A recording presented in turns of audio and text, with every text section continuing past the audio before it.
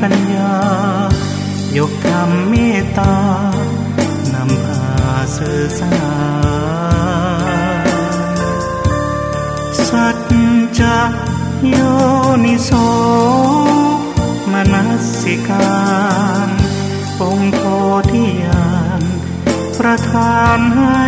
เราจับนอกมองในไตรลักษณ์ให้นานวัฏฏะสงสารเวียนว่าอยู่นานพบผ่านแต่เศร้าหลุดพ้นอย่างไรบริหารจิตเอาพระพุทธเจ้าสอนเราเห็นทาง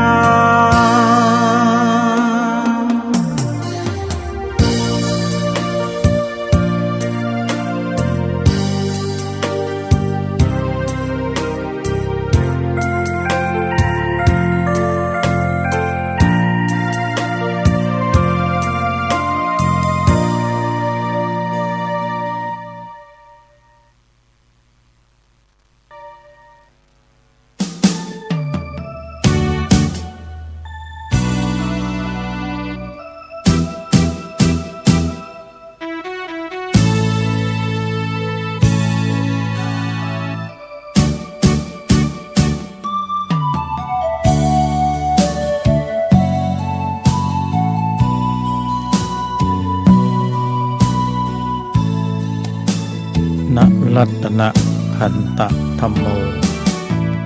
ทุลธรรมมาจากพุทธธัมมารัตนะธัมมา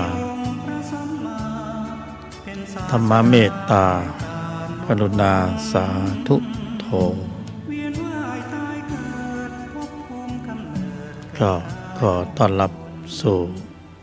ช่วงเวลาของทุลธรรมนำพ้นพบกันอีกเช่นเคยกัลยาณมิตรยกธรรม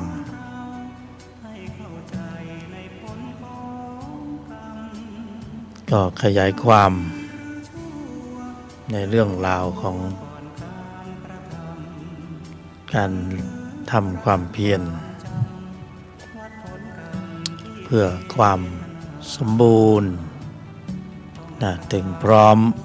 ของพละ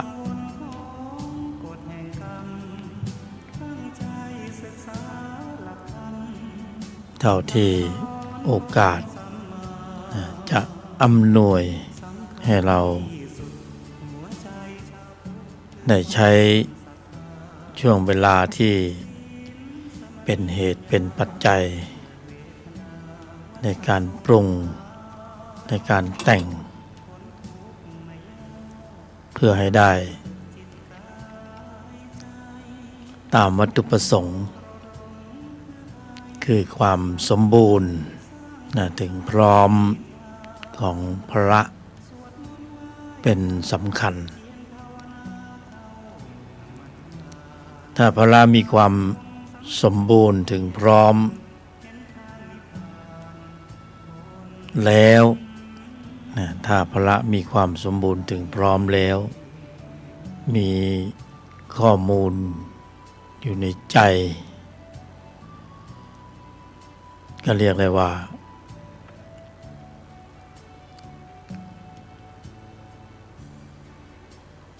ความลังเลสงสัย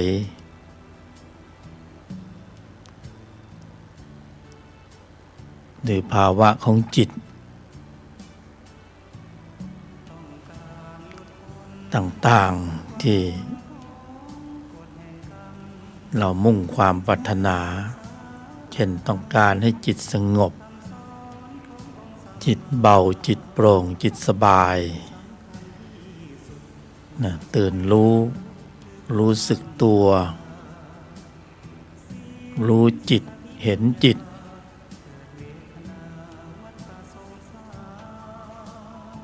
อะไรทั้งหลายเหล่านี้ไม่ใช่ปัญหาก็เพียงแค่ ระมีความสมบูรณ์นะถึงพร้อมอยู่ในใจได้จริงๆนะทีนี้ก็สำคัญตรงที่ว่าพระจะสมบูรณ์เนี่ยมันเป็นผลเป็นเรื่องของสภาวะผลจุดสำคัญอยู่ตรงที่พวกเราจะปรุงกันอย่างไร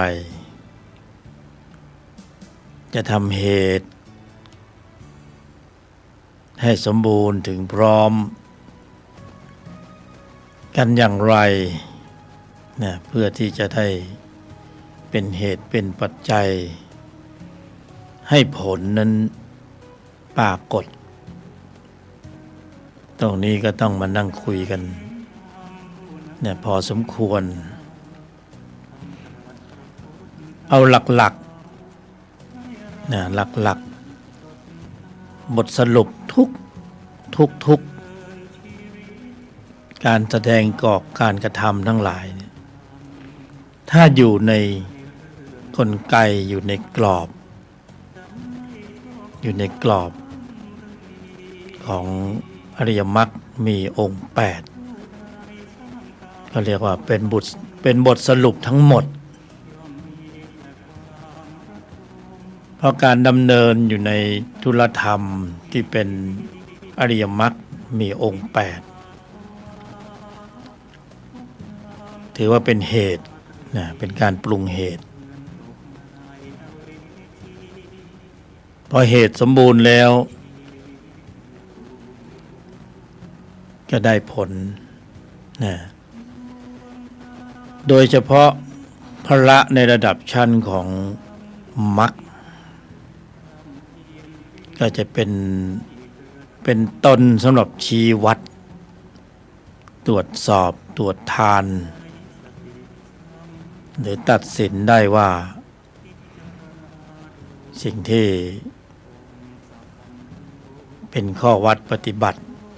ที่ดำเนินอยู่อันหลากหลายก็เชื่อว่าพวกเราเป็นนักแสวงหาเป็นผู้ที่ชอบลองผิดลองถูกเนี่ยเพราะว่ามรรคไม่ใช่ว่าปฏิบัติอะไรก็เป็นมรรคไปทั้งหมดก็หาเป็นเช่นนั้นไม่เพราะว่าธรรมยังมีมิจฉาธรรมมิจฉามรรคมันก็ไม่ได้ผลแต่ถ้าเป็นสัมมาเนี่ยมันตรวจสอบได้นะเอามรรคแท้เข้าไปเทียบนะเข้าไปกำกับ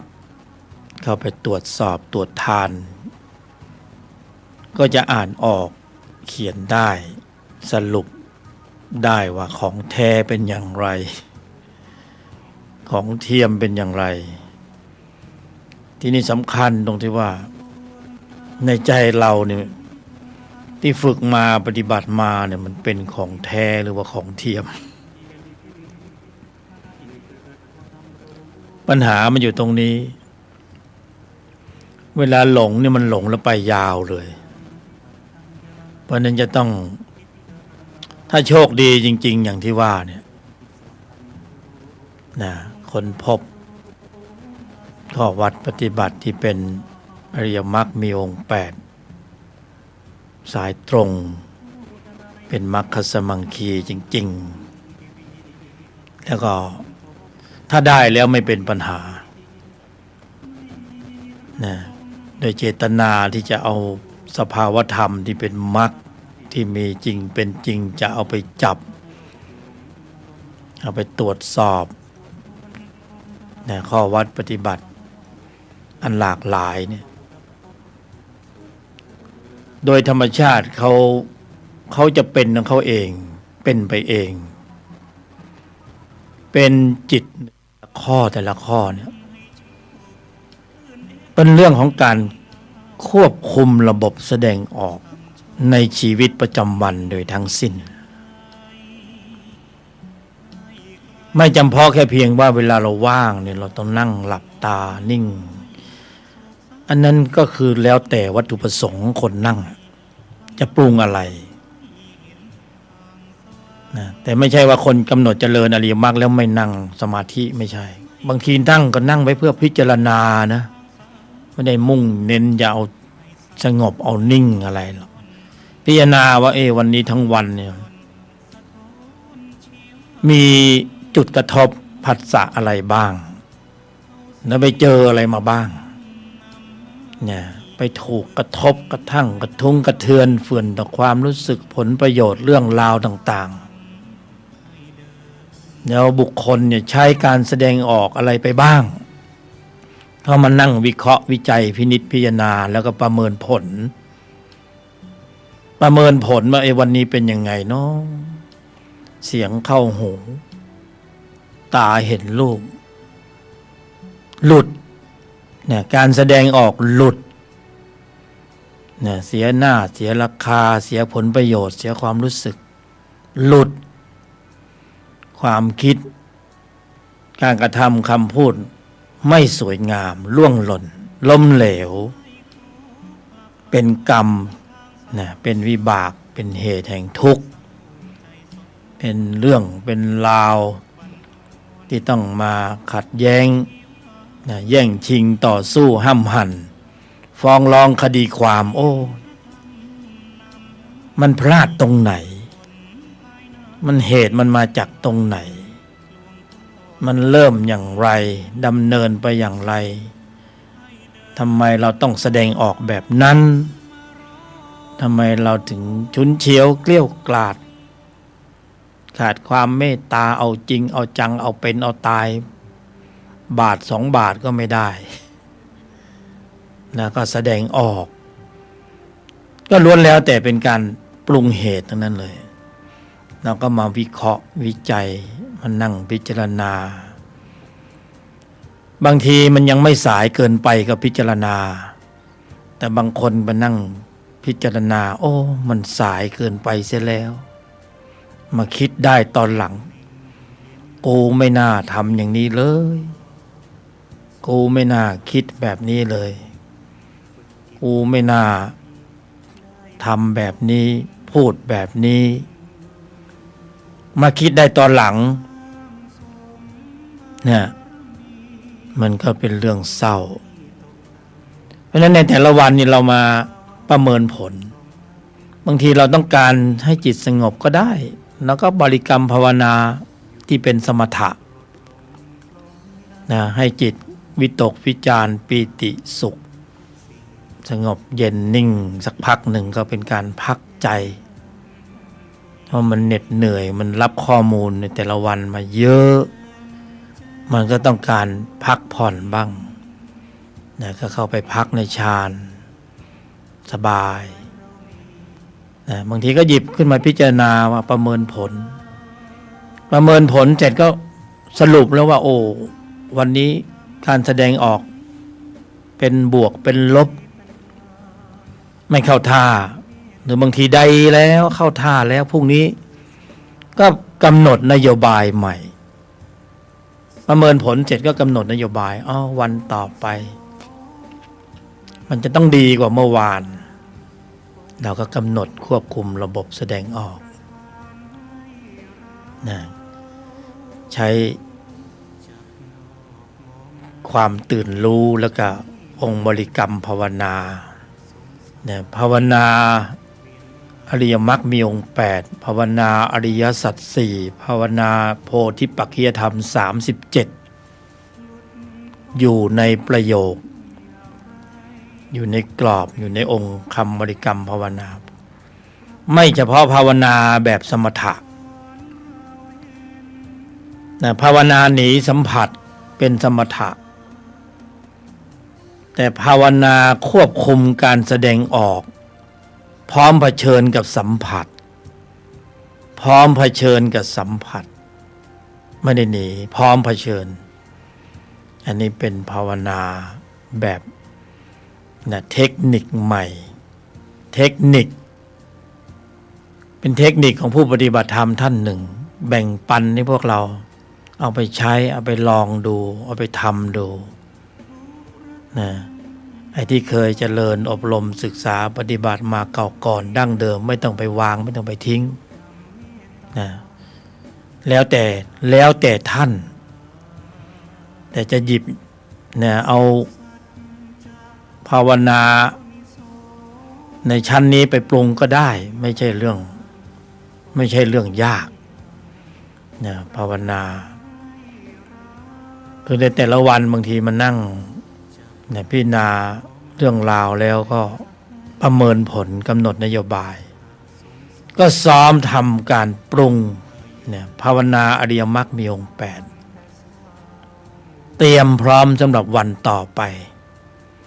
สำหรับการรับกระทบทางทวารต่างๆเนี่ยภาวนาโยนิโสมนสิการยอมหยุดเย็นนิ่งในไม่โต้ตอบนี่คือคำบริกรรมภาวนาของผู้บรรยายยกธรรมนะแบ่งให้พวกเรากัลยาณมิตรชอบแบ่งปันสิ่งดีๆให้แก่กันนะถ้าเห็นว่าไม่เข้าท่ายาวเกินไปก็ไม่เอาก็ได้ขอคืนเอาวางไว้ตรงนั้นนะแต่ถ้าขยันก็นี่เลยโยนิโสมนสิการยอมหยุดเย็นนิ่งในไม่โต้ตอบเอาให้ขึ้นใจเลยแล้วก็ปล่อยเข้าไปในสังคมหน้าที่การงานต่างๆพบปะพูดคุยเรื่องราวสารพัดผลประโยชน์ในใจในกำกับอยู่ลึกๆเขาเรียกว่าธุลธรรมในภายในนะเคลื่อนแล้วขับเคลื่อนกำลังของพระแล้วโยนิโสมนสิการยอมหยุดเย็นนิ่งในไม่โต้ตอบโอ้ยบรรยายแล้วขนลุกเลยนี่ขณะบรรยายนี่นะขนลุกเกิดธรรมปีตินะคิดว่าใช่แล้วล่ะเอาไปปรุงเอาไปทำนะโยนิโสมนสิการกระทำไว้ในใจโดยแยบคายอยู่ตลอดเวลาก่อนที่จะมีการกระทบสัมผัสใช้ได้ทุกที่ทุกแห่งทุกเวลาไม่จำกัดการเวลาไม่จำกัดสถานที่ที่เราคุ้นคินเนี่ยจะเป็นข้อวัดปฏิบัติที่ต้องมีเวลาต้องมีสถานที่ใช่ไหมที่เราคุ้นชินเดิมๆเนี่ยต้องมีเวลาต้องมีสถานที่ต้องมีกฎต้องมีรูปแบบต้องมีสีสันต้องมีการกระทำต้องมีพิธีกรรมต้องมีวาทกรรมที่สวยหรูต้องมีครูบาอาจารย์ต้องมีผู้นำแต่ที่นำเสนอนี่มันไม่มีอะไรสักอย่างเลยนะตัวท่านนำตัวท่านเองนั่นแหละกฎก็ไม่มีระเบียบก็ไม่มีสีสันก็ไม่มีเวลาไม่มีการกระทำทุกอย่างกำหนดได้เลยนะสถานที่ก็ไม่ต้องพูดถึงที่ไหนก็ได้โยนิโสมนสิการเนี่ยสูตร4 ยอนี่นะยอมหยุดเย็นนิ่งในไม่โต้ตอบกำหนดหมายไว้ในใจโดยแยบคายอันนี้เท่ากับฉีดวัคซีนเข้าไปเรียบร้อยแล้วนะพอกำหนดหมายได้อย่างนี้เนี่ยในใจโดยแยบคายอยู่ตลอดเวลานี่อริยมรรคเป็นธรรมที่ต้องกำหนดเจริญอย่างเนี้ยแค่เนี้ยครอบคลุมหมดเลยไม่เชื่อก็ลองพิสูจน์ดูนะไม่ได้บอกให้เชื่อ อันนี้กัลยาณมิตรนะไม่ใช่เป็นอาจารย์เรามาแบ่งปันมาเล่าสู่กันฟังทำแล้วมันได้ผลสภาวธรรมเกิดสภาวธรรมเกิดเนี่ยเริ่มตั้งแต่ในครอบครัวเลยมันอยู่ที่ว่าบุคคลนะของจริงหรือของปลอมถ้าเราไม่ทำจริงเราไม่รู้ว่านี่คือธรรมเที่ยงธรรมแท้ธรรมเที่ยงไม่ใช่ธรรมเคร่งไม่ใช่ธรรมที่เป็นรูปแบบเพราะไม่มีรูปแบบให้เรากำหนดหมายเขาไม่ได้กำหนดว่าต้องมีสีนั้นนุ่งนี้ไม่เอานะแต่คนที่มีสัญญาตรงนั้นก็ว่ากันไปแต่ในชั้นนี้เนี่ยเวลาไม่มีสถานที่หรือตรงไหนก็ได้ก็แค่โยนิโสมนสิการยอมหยุดเย็นนิ่งในไม่โต้ตอบมันจะเป็นอะไรที่ลำบากนักหนาหรือก็ทำไว้ในใจโดยแยบคายอย่างเงี้ย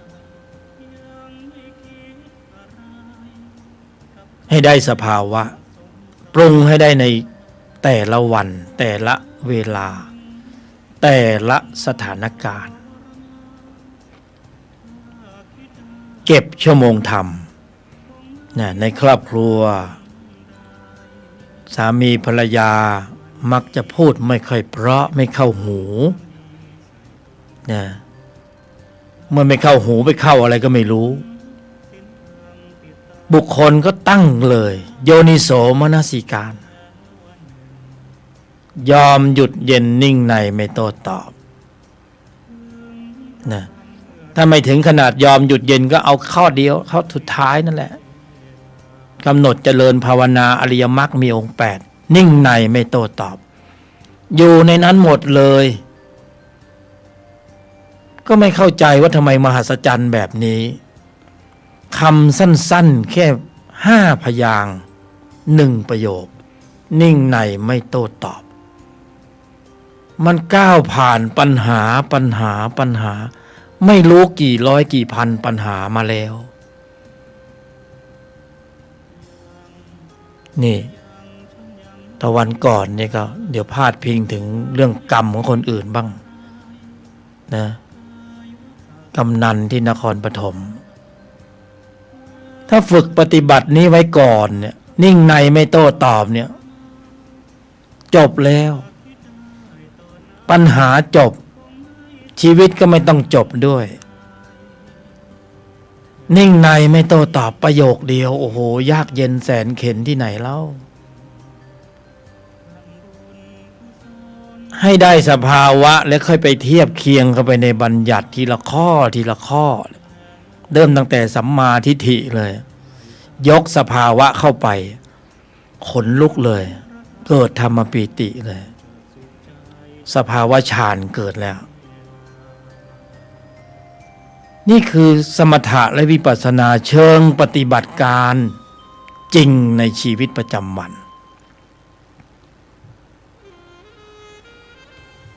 มหัศจรรย์มากนะ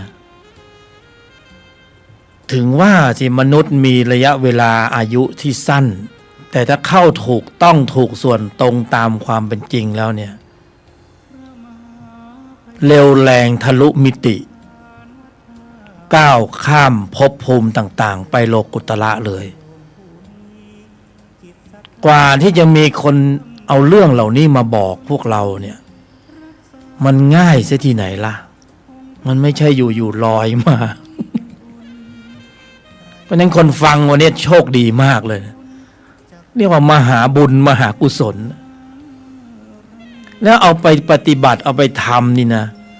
มันไม่ได้ขีดกรอบว่าจะต้องสำนักจะต้องวันจะต้องเวลาจะต้องสถานที่จะต้องรูปแบบจะต้องพิธีกรรมมันไม่มีโลกุตตรธรรมนั้นว่างเปล่าไม่มีอะไรให้ยึดติดเหมือนโลกียธรรมหรอกเพราะโลกียธรรมมันไปเพื่อความยึดติด มีเพื่อความยึดติดปรุงเพื่อความติดยึดแต่โลกุตระเขามีแต่ปล่อยเขามีแต่วางแล้วก็ว่างสบายบรรยายไปก็ขนลุกไปเนี่ยธรรมปีติเกิดเนี่ยบุคคลก็เป็นอย่างนี้เหมือนกันหมดเรามีโครงสร้างเหมือนเดียวกันหมดเพราะฉะนั้นกว่าจะค้นพบสิ่งที่ว่าเคล็ดวิชาที่ไม่ลับไอ้เคล็ดลับนี่ดันหายากเพราะไม่มีใครบอกไม่มีใครสอนไม่มีใครให้แต่เคล็ดวิชาที่ไม่ลับกับมองข้ามไป ไปวิ่งหาเคล็ดลับเคล็ดวิชาที่ไม่ลับนี่ไม่ใส่ใจไม่สนใจเอาไปปรุงเอาไปปฏิบัติได้เลยไม่ว่าท่านจะปฏิบัติอะไรมาเนี่ยไม่ใช่ปัญหาพออริยมรรคมีองค์8ในภายในกำเนิดกำลังของพละขึ้นมามีจริงเป็นจริงแค่นั้นแหละไอ้ที่ทำอยู่ที่ปฏิบัติอยู่เนี่ยมันจะรู้ด้วยตัวด้วยตนของตนเองเลยว่าหลงไปตั้งนานกูหลงไปตั้งนานเอาจริงๆนะเพราะไอ้ที่ท่านทำอยู่ที่ท่านหลงอยู่เนี่ยยกธรรมเข้าไปลองมาหมดแล้วนะไปลองยังไง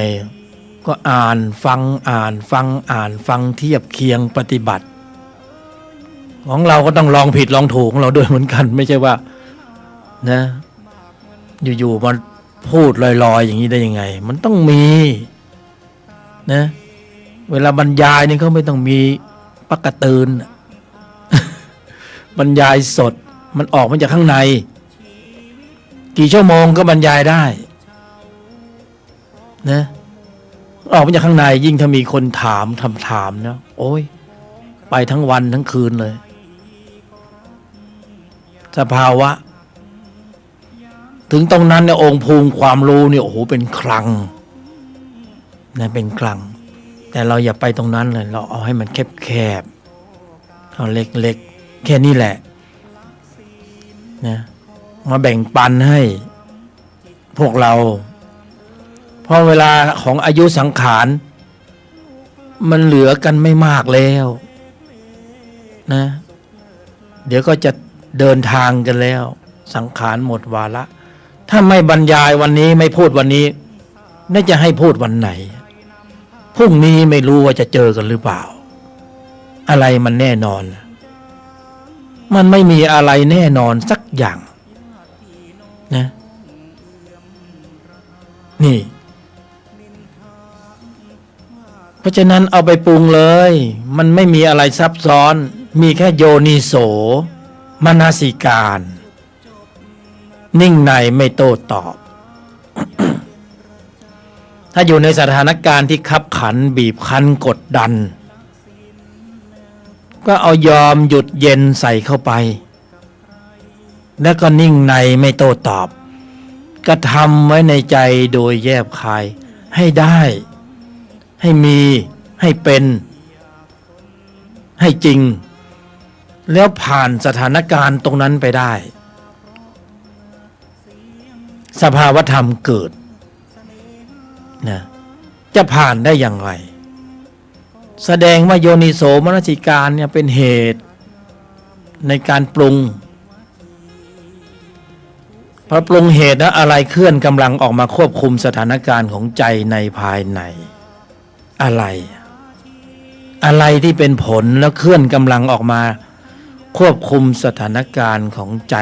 ในภายในโดยอัตโนมัติธรรมนะพละห้ามาสรุปอยู่ตรงที่พละห้าพละห้ามีกำลังมากขึ้นก็แปลสภาพเป็นฌานเป็นปัญญาเป็นญาณในที่สุด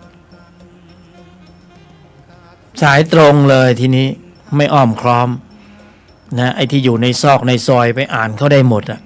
โอ้อ่านมาโอ้ฟังมาโอ้ยังคล่ำอยู่ยังคลานอยู่นะยังตั้งไข่อยู่ไม่ได้ไปว่าเขานะข้างในเขาจะตรวจสอบตรวจทานเป็นอัตโนมัติธรรมเขาจะสแกนออกมาเองบุคคลจะรู้ตนเลยว่าโอ้ที่ปฏิบัติมาเนี่ยมันเป็นธรรมชั้นตัวหลงไปนานเพราะไม่เจอธรรมแท้ไม่เจอธรรมเที่ยงมันก็จะเจอธรรมที่ยังหลงอยู่เป็นอัตตาเป็นตัวกูเป็นกูได้กูมีกูเป็นนะวันนี้กูสงบวันนี้กูไม่สงบมันบรรจุกูเข้าไปตลอดเวลานะแต่ถ้าเป็นมรรคแท้นี่กูมันจะถูกสลายไปทีละหน่อยทีละหน่อยกูเริ่มหายไปตัวเริ่มหายไปพอตัวหายก็เป็นตนพอตนขับเคลื่อนก็เป็นออโต้อัตโนมัติธรรมออโต้ไพลอตรันนิ่งโดยที่ไม่ต้องนะเพราะจุดเริ่มต้นกระดุมเม็ดที่หนึ่งมันใช่แล้วเม็ดที่สองก็ไปต่อรันนิ่งออโต้เครื่องยนต์มันสตาร์ทแล้วกลไกของมรรคที่สตาร์ทเครื่องแล้วเขารันนิ่งเขาเดินของเขาเองเขาเดินของเขาเองเราไม่ต้องไอความรู้สึกที่เป็นอัตตาตัวกูภายนอกเนี่ยรูปนั้นนามนี้ชื่อนู้นนี่นั่นเนี่ยมันไม่ได้มีผลอยู่เกี่ยวกับข้างในเลยเขาเป็นธรรมชาติที่เมื่อจุดประกายแล้วนะหมุนของเขาไปเองหมุนของเขาเองนะเดินเขาเองโตเองนะพลังงานที่ได้เขาก็ขจัดนะเขาทำให้เกิดแสงสว่างขึ้นมาเองความมืดเขาก็กำจัดการเขาเองโดยที่ความรู้สึกที่เป็นอัตตาตัวกูนี่ไม่อยู่ในฐานะที่จะไปควบคุมอะไรได้เลยธรรมชาติเขาเป็นของเขาเองสลายอัตตาตัวกูเป็นไปเองเป็นไปเองช่วยไม่ได้ เหมือนโลกหมุนนะใครไปเหวี่ยงให้หมุนตั้งแต่เมื่อไหร่ก็ไม่รู้แล้วก็หมุนอยู่อย่างเนี้ยเวลาก็ตรงเป๊ะเป๊ะเป๊ะ24 ชั่วโมงหมุนรอบตัวเองใน1 รอบก็หมุนไปอริยมรรคมีองค์8ในภายในถ้ากำเนิดกำลังนะขับเคลื่อนแล้วอยู่ในใจของบุคคลนะเขาหมุนธรรมจักรของเขาเองด้วยระบบออโต้นะออโต้ไพลอตเองโดยอัตโนมัติธรรมเพียงแต่ว่าบุคคลเพียงแค่จุดประกายแค่นั้นเองสตาร์ทเครื่องครั้งเดียวเขาเป็นไปเองบางทีไม่ได้กำหนดหมายหรอกว่าจะควบคุมการแสดงออกว่าจะโยนิโสมนสิการนิ่งในไม่โต้ตอบข้างในเขาทำเขาเองพอเหตุมากระทบทางทวารต่างๆผัสสะนะมรรคเนี่ยเขาตื่นแล้วสติมาแล้วเขาควบคุมระบบแสดงออกขึ้นทันทีเลยเขาจะเข้ามาควบคุมกลไกในการควบคุมการแสดงออกเป็นอัตโนมัติธรรมเนี่ยไอ้ที่เราทำอยู่เนี่ยเป็นอะไรอัตโนหรือว่าอัตตาเป็นอัตโนมัติธรรมหรือว่าอัตตาธรรมเป็นธรรมชั้นตัวหรือธรรมชั้นตนนี่มันเป็นอย่างนี้เพราะนั้นในแต่ละวันนะภาวนาเนี่ยเวลานั่งเนี่ยจะภาวนาสมถะก็ได้ก็ไม่เป็นปัญหาที่เราเคยชินคุ้นชินก็ทำไปแต่เสริมเข้าไปอีกหน่อยหนึ่งภาวนาโยนิโสมนสิการยอมหยุดเย็นนิ่งในไม่โต้ตอบภาวนาแค่เนี้ยก็นั่งไปสิภาวนาไปก็นึกไปความหมายไปนึกถึงความหมายด้วยโยนิโสมนสิการกระทำไว้ในใจโดยแยบคายก่อนเตรียมพร้อมตรวจสอบตรวจทานพร้อมสำหรับการรับกระทบทางทวารต่างๆนะพวกนี้จะไปเจอ คนเก่าคนหน้าเดิมๆวาทะเดิมๆคำพูดเดิมๆนะสีหน้าท่าทางเดิมๆที่ทำงานเอาละเมื่อวานนี่เราโมโหฉุนเฉียวเกรี้ยวกราดมันกวนโอยซะเหลือเกินวันพรุ่งนี้เราตั้งหลักเข้าไปใหม่มันก็จะแสดงนิสัยเดิมๆของมันนั่นแหละผู้ร่วมงานบ้างเจ้านายบ้างลูกน้องบ้างนะผลประโยชน์บ้างเรื่องราวต่างๆสารพัดที่มันต้องกระทบสัมผัสเราออกแบบไม่ได้เราว่าพรุ่งนี้จะเจออะไรแต่เราเตรียมพร้อมได้ตนเตรียมพร้อมเตรียมตนสำหรับพร้อมสำหรับการรับกระทบเพื่อที่จะอาศัยจุดกระทบตรงนั้นเป็นข้อสอบเป็นอุปกรณ์เป็นเครื่องฝึกเมื่อวานนี่เห็นมันเป็นอัตตาตัวกูเป็นสัตว์บุคคลตัวกูเราเขาพวกนี้นี่เห็นมันเป็นข้อสอบเป็นอุปกรณ์เป็นเครื่องฝึกนิสัยล้างนิสัยขัดนิสัยกูจะทำนิสัยเราจะทำนิสัยตนจะทำนิสัยเหนือนิสัยมาแล้วมันมาแล้วพอพรุ่งนี้ไปทำงานมันมาแล้ววาจามันจะล่วงหล่นออกมาก่อนพรวดพลาดตั้งการ์ดไว้แล้วนิ่งในไม่โต้ตอบเฮ้อสบายปล่อยให้มันพล่ำไปสามีก็พูดไปไอ้ช่วยจี้ขี้หม่นเลยนักหนาภรรยาก็พรวดพลาดนะผู้ร่วมงานก็สถานการณ์สร้างวีรบุรุษโลกสัมผัสสร้างอริยะได้คราวนี้ล่ะจับมันเป็นอุปกรณ์ซะเลยเนี่ยมันเป็นอุปกรณ์ตัวสัมผัสภายนอกแต่ที่ปฏิบัติอยู่นี่มันไม่ใช่ภายนอกปฏิบัติอยู่นี่เป็นภายในเพราะเป็นธุรธรรมในภายในกำกับอยู่ข้างในเพียงแต่ว่าอาศัยจุดกระทบสัมผัสภายนอกมันจะล่อตัวในเราขึ้นมันจะล่ออัตตาตัวกูมานะกูทิฏฐิกูเห็นผิดเพ่งโทษนะมันจะล่อตัวในขึ้นทีนี้ไอ้ตัวในมันจะขึ้นเนี่ยรู้อยู่แล้วว่ามันขึ้นมันเคยขึ้นกลไกของมรรคที่วางกรอบไว้ก่อนก็เข้ามากำกับเขาควบคุมข้างในเขาไม่จะควบคุมข้างนอกเพราะนั้นป่วยการที่เราจะไปควบคุมพฤติกรรมการแสดงออกของบุคคลภายนอกมันไม่อยู่ในฐานะที่จะไปปรุงไปควบคุมได้แต่ผู้ปฏิบัตินั้นโน้มเข้ามาสู่ในภายในเพื่อควบคุมระบบในภายในไม่ให้กำลังของจิตชั้นตัวมันส่งกำลังจิตชั้นตนจึงเข้ามาควบคุมสถานการณ์ก็แค่นี้เองจบแล้วอันนั้นก็กระทบผัสสะภายนอกข้างในมันจะขึ้นเราก็ไม่โกรธตามเพราะอะไรสติสมาธิปัญญาพละคุมสถานการณ์ของใจไว้ก่อนแล้วก็คือโยนิโสมนสิการนิ่งในไม่โต้ตอบเราใช้นิ่งในไม่โต้ตอบนี้เป็นบทปฏิบัติการเพื่อที่จะสร้างเหตุสร้างปัจจัยให้พละห้าเคลื่อนกำลังออกมาเพื่อควบคุมสถานการณ์ของใจเมื่อทำได้บ่อย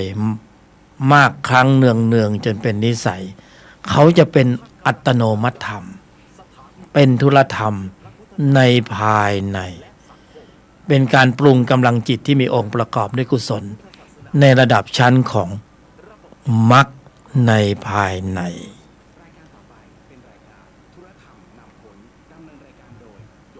มรรคในภายในเป็นสติรอบในสมาธิรอบในปัญญารอบในความเพียรรอบในอยู่ในภายในล้วนๆนี่คือความมหัศจรรย์ของธรรมชาติที่ให้มาแล้วและบุคคลทุกรูปทุกนามก็ถูกตั้งโปรแกรมไว้เรียบร้อยแล้วโหลดโปรแกรมนี้ไว้เรียบร้อยแล้วเรียกว่าโปรแกรมของมรรคแอปพลิเคชันมรรคมีองค์8 เราไม่ได้คุ้นชินบุคคลไม่ได้คุ้นชินกับการขับเคลื่อนกำลังจิตที่มีองค์ประกอบด้วยกุศลในระดับนี้เพราะเหตุว่าสมมุติบัญญัติอัตตาตัวกูของเก่าดั้งเดิมมันนำพาให้ไปเคลื่อนกำลังของจิตเดิมและมันมีความเข้มข้นมีปริมาณที่มากและมีความคุ้นชินในที่นี้ก็คืออัตตาตัวกูอวิชชาโลภะโทสะโมหะแต่ธรรมชาติมีของแก้กันธรรมที่ว่าก่อนหน้านี้เป็นธรรมสายเกิดและที่สาธยายชี้นำให้ตนทั้งหลายปฏิบัติเป็นธรรมสายดับเป็นฝั่งตรงกันข้ามเอามาแก้กันโดยเฉพาะเขามาแก้กันเองไม่ใช่อัตตาตัวกูไปแก้ธรรมชาติเขามีอยู่ของเขาอยู่แล้วก็คือระบบปฏิบัติการที่พระบรมศาสดาทรงค้นพบคืออริยมรรคมีองค์8ทรงตรัสรู้อริยสัจ4เพราะทำสายเกิดชั้นตัวมันเป็นเหตุเป็นปัจจัยในการนำส่งสืบเนื่องสืบต่อให้เกิดสภาวะทุกข์นิพพานดับทุกข์มีเหตุแห่งการดับทุกข์คืออริยมรรคมีองค์8ก็คือทำในตรงกันข้ามกับสิ่งที่แสดงออกเมื่อเข้ามาสู่วังบนแห่งทุกข์ด้วยอาการแห่งการไม่สำรวมระมัดระวังตั้งมั่นให้ถึงพร้อมก็ต้องออกด้วยอาการแห่งการสำรวมระมัดระวังตั้งมั่นให้ถึงพร้อมอะไรล่ะที่เป็นองค์บริกรรมภาวนาที่รัดสั้นเร็วแรงง่ายที่สุดในชีวิตประจำวันก็คือโยนิโสมนสิการยอมหยุดเย็นนิ่งในไม่โต้ตอบเป็นเหตุในการปรุงกำลังของมรรคเพื่อออกจากวังวนแห่งวัฏฏะของกองทุกข์นี่เองเพราะเราเข้าสู่วังวนแห่งวัฏฏะด้วยเหตุแห่งการไม่สำรวมคืออะไรล่ะไม่ยอมเห็นไหมไม่ยอมไม่หยุดนะไม่เย็นนี่เพราะนั้นตรงกันข้ามก็ยอมหยุดเย็นไปซะเลยที่ไม่ยอมแต่ยอมตายนี่ยอมตายได้หยุดแค่พฤติกรรมการแสดงออกดั้งเดิมที่คุ้นชินแค่นั้นเองก็น่าจะยอมนะแต่บางคนไม่ยอมไม่หยุดไม่เย็นอัตตามานะทิฏฐิตัวกูแต่ว่ายอมตายได้เห็นไหมไม่คุ้มกันเลย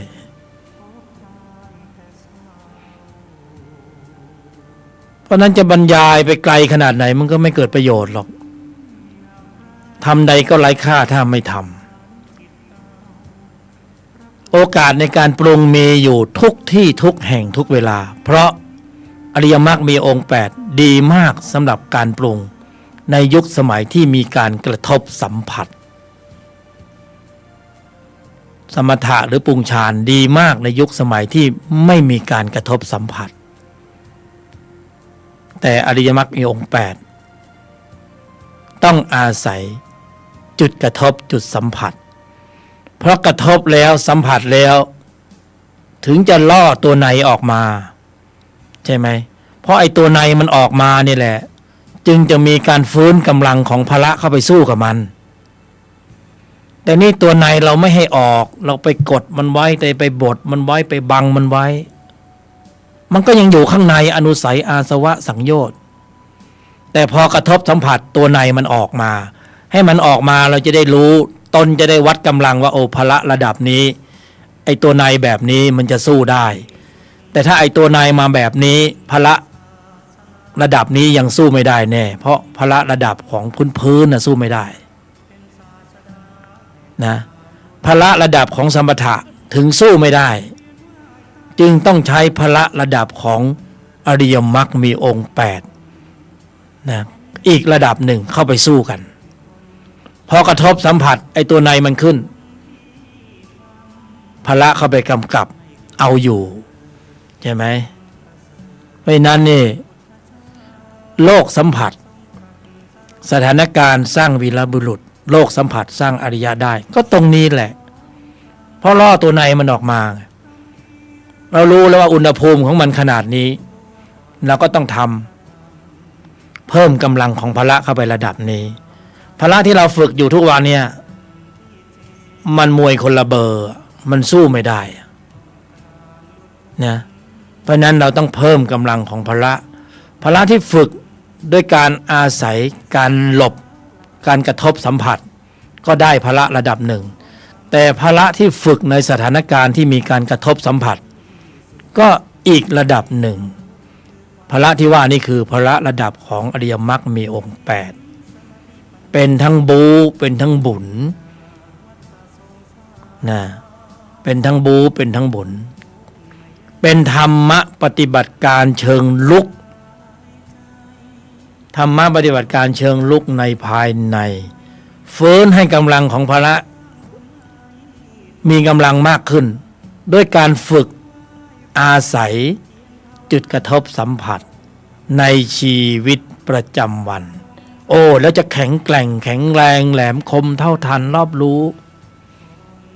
แยกแยะเช็ดล้างล้วงลึกถอดถอน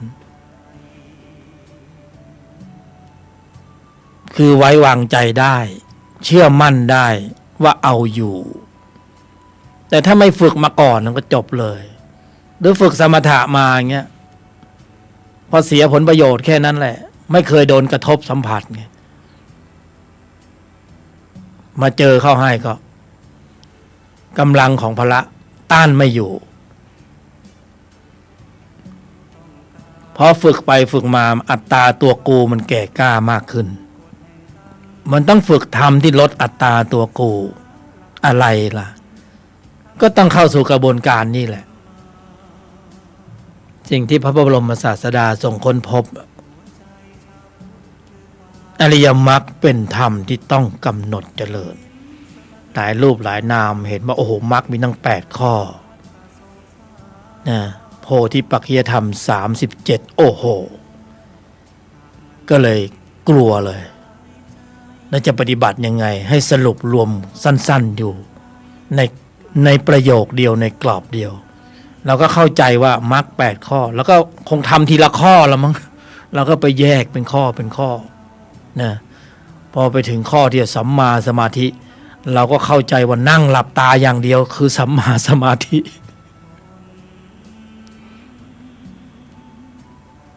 องค์ประชุมองค์ธรรมกุศลจิตในระดับของมรรคที่เขาประชุมพร้อมกันเนี่ยเป็นมรรคสมังคีเนี่ยเขาไม่ได้เอามาทั้งถ้าเหมือนทำอาหารน่ะไม่ใช่เอาน้ำปลามาทั้งขวดเอามาอย่างละนิดอย่างละหน่อยแล้วมาผสมรวมเป็นหนึ่งแล้วก็ได้รสชาติใหม่นะในหนึ่งขณะจิตนั้นมีครบองค์ประชุมอยู่ในนั้นหมดเลยเพราะฉะนั้นในแต่ละวันเนี่ยเร่งทำความเพียรเถิดเพราะสิ่งที่นำเสนอไม่ใช่เป็นครูบาอาจารย์มาสอนหรอกเราเป็นเพียงแค่กัลยาณมิตรบอกแล้วว่าเทคนิคเล็กๆนี้มาแบ่งปันกันนะเพราะใช้แล้วได้ผลถึงบอกต่อโยนิโสมนสิการนิ่งในไม่โต้ตอบในทุกสถานการณ์เริ่มต้นในครอบครัวเลยเล็กๆกำหนดนะกำหนดเจริญโยนิโสมนสิการนิ่งในไม่โต้ตอบพอนึกถึงว่าจะกำหนดเจริญเนี่ยมันก็เข้าระบบแล้วระบบเขาออนไลน์แล้วทำแล้วนะมีกลไกแค่นี้เองที่ว่าจิตที่มีตัวประกอบในฝ่ายตรงกันข้ามเนี่ยเขาไม่ต้องมีการกำหนดหมายพอเสียผลประโยชน์แค่นั้นน่ะจิตที่มีตัวประกอบด้วยความโกรธมันก็ขึ้นสู่วิถีจิตทันทีเลยมันไม่ได้มีการกำหนดหมายอะไรแต่มันมาจากความเคยชินสัญชาตญาณดิบมีข้อมูลอยู่แล้วมีความคุ้นชินมากมันก็ขึ้นสู่วิถีจิตง่ายพอขึ้นสู่วิถีจิตง่ายมันก็ผลักดันให้เกิดพฤติกรรมการแสดงออก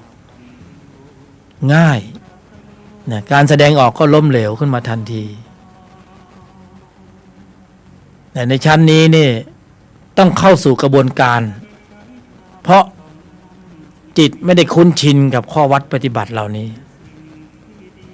พอสร้างความเคยชินมากขึ้นเขาก็เป็นอัตโนมัติธรรมเหมือนกันแต่ในชั้นเดิมเขาเรียกว่าอัตตาธรรม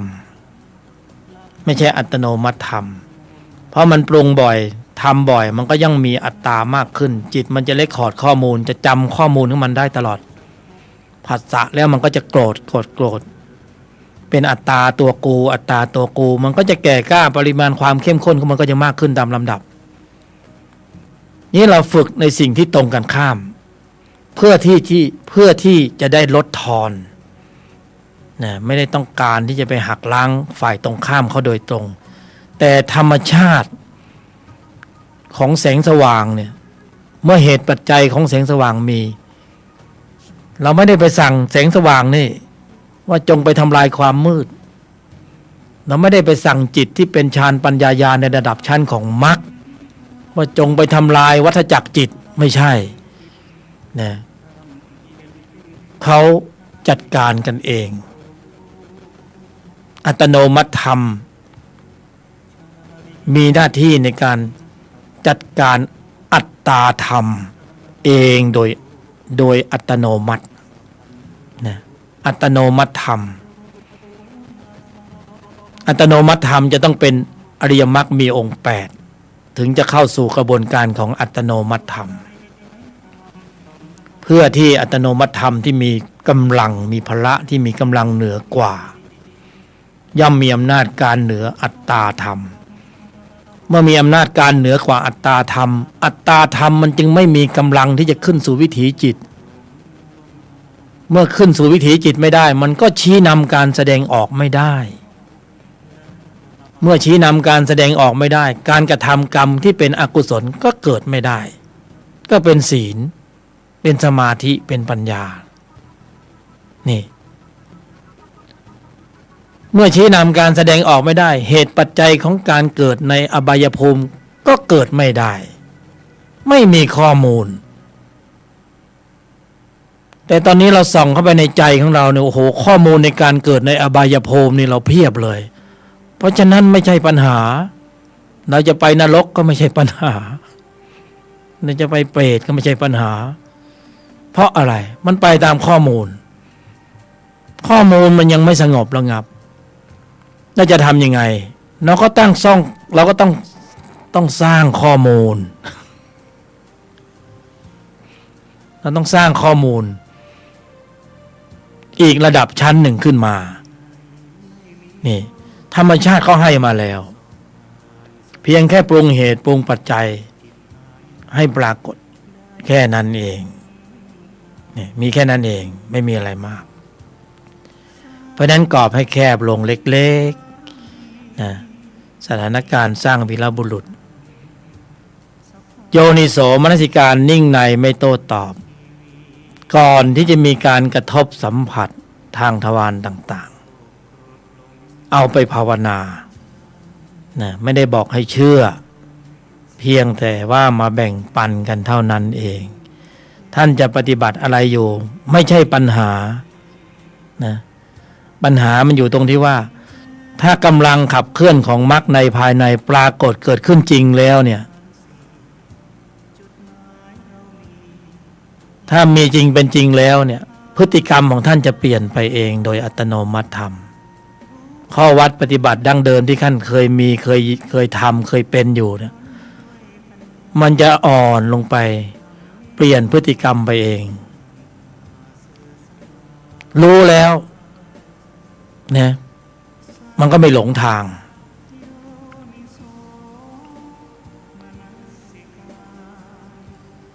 ภาวนาไปเลยในแต่ละวันเนี่ยนั่งสมาธิอย่างที่ว่าก็ได้โยนิโสมนสิการยอมหยุดเย็นนิ่งในไม่โต้ตอบยอมหยุดเย็นนิ่งในไม่โต้ตอบเตรียมพร้อมสำหรับการรับกระทบเหมือนแมลงมุมชักใหญ่เตรียมพร้อมสำหรับการรับกระทบเหมือนการปล่อยคลื่นค ความถี่ของเรดาร์เข้าไปครอบคลุมพื้นที่ไว้ก่อนเตรียมนะสิ่งแวดล้อมสัตว์บุคคลเรื่องราวต่างๆล้วนแล้วแต่เป็นข้อสอบเป็นอุปกรณ์นะแต่เดิมเนี่ยเราเห็นสิ่งแวดล้อมมาเป็นอัตตาเป็นตัวกูเนี่ยทีนี้เราจะเห็นสิ่งแวดล้อมที่มากระทบเนี่ยเป็นอุปกรณ์เป็นข้อสอบเสียงที่มาเข้าหูมาทดสอบดูว่าใจเราเป็นยังไงกระเพื่อมไหมขึ้นไหมนะนิ่งในไม่โต้ตอบได้ไหมมันจะวัดอุณหภูมิได้มันจะวัดว่าข้างในเป็นของจริงหรือของปลอมฝึกไปเก็บชั่วโมงไปในแต่ละวันในช่วงจังหวะที่มีกายมนุษย์นี่กายมนุษย์เขารองรับระบบปฏิบัติการทางจิตมักมีองค์8นี้ได้กายอื่นไม่สามารถจะรองรับระบบปฏิบัติการนี้ได้มันปรุงไม่ได้จริงๆมีแต่กายมนุษย์เท่านั้นที่รองรับเนี่ยโปรแกรมของมรรคโปรแกรมของอริยสัจ4โปรแกรมของโพธิปัจจยธรรม37โหลดไว้เรียบร้อยแล้วนะบุคคลไม่รันนิ่งเองไม่ปรุงไม่แต่งไม่เล่นนะไปเล่นอย่างอื่นที่คุ้นชินกว่าใช่ไหมเราไม่ปฏิเสธนะไม่ต้องบอกไม่ต้องสอนเราก็ทำเป็นรักเป็นโลภเป็นโกรธเป็นฉุนเฉียวเกลี้ยวกล่อมเป็นสัญชาตญาณดิบโหดเป็นใช่ไหมนะขี้จุขี้วอกเป็นนะขี้โกงก็เป็นหมดเลยไม่ต้องบอกไม่ต้องสอนกูทำเป็นนะเพราะโปรแกรมเหล่านี้มันก็ลงมาให้เรียบร้อยมีข้อมูลเก่าๆสำหรับเอามาเล่นบนเวทีใจใช่ไหมจำได้นะเคยมีเล่มีเหลี่ยมมีเพทุบายใช่ไหมมันก็จะต้องเล่นเป็นอีกอะเล่นเล่เล่นเหลี่ยมแหมมีเหลี่ยมมีคูวาทกรรมเอารัดเอาเปรียบเขาอย่างเงี้ยไอ้ตัวนี้คือทำสายเกิดทำที่ทำให้เกิดวิบากกรรมที่เป็นทุกข์การเคลื่อนออกจากวังวนแห่งวัฏฏะเนี่ยใช้อุบายวิธีโดยแยบคายก็คือโยนิโสมนสิการเพราะนั้นลดทอนเล่เหลี่ยมเพทุบายลงบ้างเผามือหน่อยเพราะว่าจิตเขาจะบันทึกข้อมูลทุกพฤติกรรมการแสดงออกของบุคคลเนี่ยเขาก็เอาไปกลั่นนะมันไม่หนีไปไหนเพราะนั้นเพื่อความปลอดภัยเนี่ยเราก็เข้าข่ายของธรรมะใช่ไหมเราเข้าข่ายของธรรมะเราก็จะปลอดภัยธรรมะท่านบอกว่าให้ใช้อุบายวิธีโดยแยบคายนะมาเส้นทางนี้แล้วจะปลอดภัยไอ้เราก็ไม่เชื่อเราก็ยังมีเล่มีเหลี่ยมมีเพทุบายต่างๆนะก็แล้วแต่เพราะว่าจิตเขายุติธรรมที่สุดคุณจะปรุงอะไรยังไงตรงไหนจิตเขาไม่ได้สนใจเขาบันทึกข้อมูลตรงนั้นนี่คือความยุติธรรมของจิต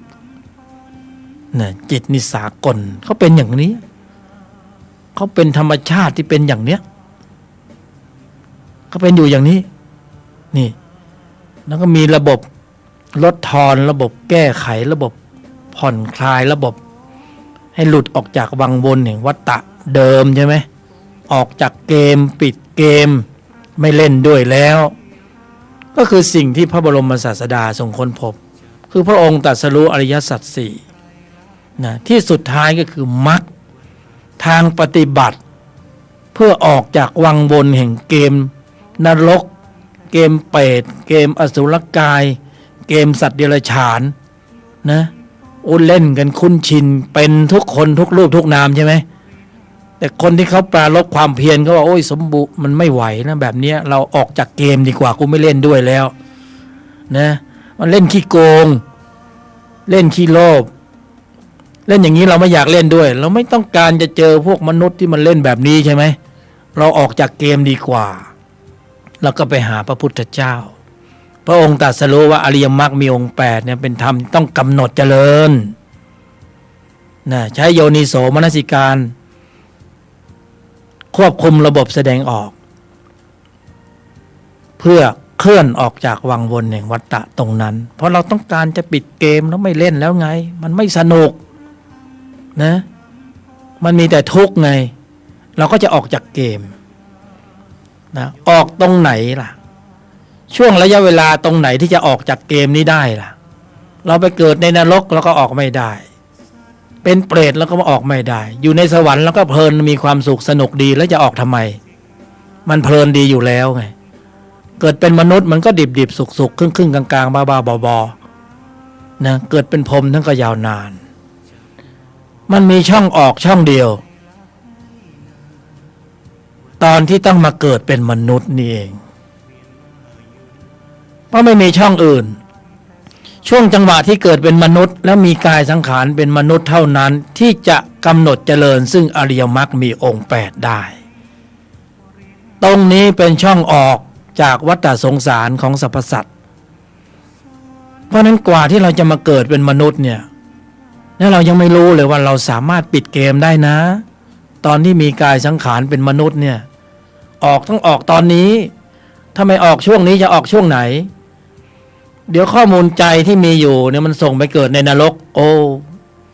พอไปถึงนรกโอ้รู้อย่างนี้กูเกิดเป็นมนุษย์กูออกเสียก่อนดีกว่าอย่างเงี้ยมันไม่ทันแล้วไงพอไปเกิดเป็นเปรตโอ้รู้อย่างนี้ตอนที่เกิดเป็นมนุษย์กูเข้าสู่ข่ายของนิพพานเข้าโครงการของกำหนดเจริญอริยมรรคมีองค์8ออกเสียก่อนดีกว่าตอนนี้มาอยู่เป็นเปรตเอานะแต่พอไปอยู่สวรรค์มันเพลินนะเทพบุตรก็หล่อนางฟ้าก็สวยมันก็ไม่ได้คิดว่าจะออกแล้วคิดแต่ว่าจะอยู่ต่อไงมันเพลินนะการมาพบมันมีของหน้าอภิรมย์นะก็ไม่อยากจะออกนี่ก็วนเวียนวนไปวนมาเกิดเป็นมนุษย์คราวนี้จะออกจากวังวนแห่งทุกข์ออกได้ในช่วงเดียวคือช่วงที่ว่าคลื่นนะมันพัดออกจากเกาะตอนดูหนังเรื่องปาปิยองมันก็นั่งเฝ้าดูเกลียวคลื่นทุกวันติดอยู่ในคุกเป็นเกาะใหญ่ไอ้เราก็เหมือนอยู่ในคุกใหญ่เหมือนกันนะมนุษย์ทั้งหลายเนี่ยรอเวลาเมื่อไหร่จะได้จังหวะออกจากเนี่ยคุกนรกตรงนี้เราก็นั่งรอไปรอมาจังหวะดีคือมาเกิดเป็นมนุษย์ถึงจะออกได้ไอ้มนุษย์ก็ระยะเวลาของอายุก็สั้นนิดเดียวอย่างมากก็ไม่เกิน100 ปีนะ60-70 ปีก็เริ่มงอมแล้วเอาละสิช่วงจังหวะนี้มันจึงเป็นโอกาสที่ดีมากที่สุดถ้าไม่ออกช่วงนี้ออกช่วงไหนแต่คนที่เขาเพลินอยู่เขาไม่อยากออกอันนั้นก็ไม่ว่ากันก็อยู่ต่อไปแต่คนที่ปรารภความเพียรเขาจะออกเขาก็ต้องปรารภความเพียรเพื่อความสมบูรณ์ถึงพร้อมของพละพอพละสมบูรณ์แค่นั้นน่ะเข้าสู่ระบบของฌานปัญญาญาณสภาวะญาณนั้นน่ะจะนำเคลื่อนออกจากวัฏสงสารธรรมชาติให้มาแล้วเป็นสิ่งที่มหัศจรรย์พระบรมศาสดาค้นพบแล้วทรงเมตตาบอกกล่าวให้สรรพสัตว์ว่าทุกข์นั้นมันมีจริงเหตุแห่งทุกข์ก็มีนะนิพพานนั้นก็มีจริงทางปฏิบัติไปสู่ความหลุดพ้นทุกข์นั้นก็มีก็คืออริยมรรคมีองค์8ทีนี้มรรคก็เป็นหลักธรรมคำสอนที่มีความนะดูแล้วมีหลายข้อแต่ถ้าย่อส่วนแล้วก็นี่แหละโยนิโสมนสิการนิ่งในไม่โต้ตอบเอาไปทดสอบทดลองปฏิบัติก็จะได้ผลพอสภาวะเกิดแค่นั้นน่ะออโต้รันนิ่งเขาเกิดแค่นั้นน่ะไม่ต้องไปทำอะไรแล้วเขาเป็นของเขาเองมีแต่ประคองให้อยู่ในเส้นทางเท่านั้นเองใช่ไหมเราสตาร์ทเครื่องรถเราสตาร์ทครั้งเดียวหรือไม่ใช่ว่าขับไปสตาร์ทไปใช่ไหมไปจอดไฟแดงทีนึงก็สตาร์ททีนึงหรือเปล่าขับไปบนถนนก็สตาร์ทอีกทีนึงอย่างนี้หรือเปล่าไม่ใช่เราสตาร์ทครั้งเดียวนะติดเครื่องเพียงครั้งเดียวก็มักก็สตาร์ทครั้งเดียวเวลาไปเจอจุดกระทบสัมผัสก็ประคองให้อยู่ในคันลองของธรรมแค่นี้เองอย่าให้หลุด อย่าให้ตกทางใช่ไหมก็แค่นี้เองไม่มีอะไร สมบูรณ์ถึงพร้อมด้วยเหตุผลก็เดี๋ยวสักพักหนึ่งก็จะเปิดสายหน้าใหม่เนาะถ้าใครจะหมุนสายเข้ามาก็เชิญ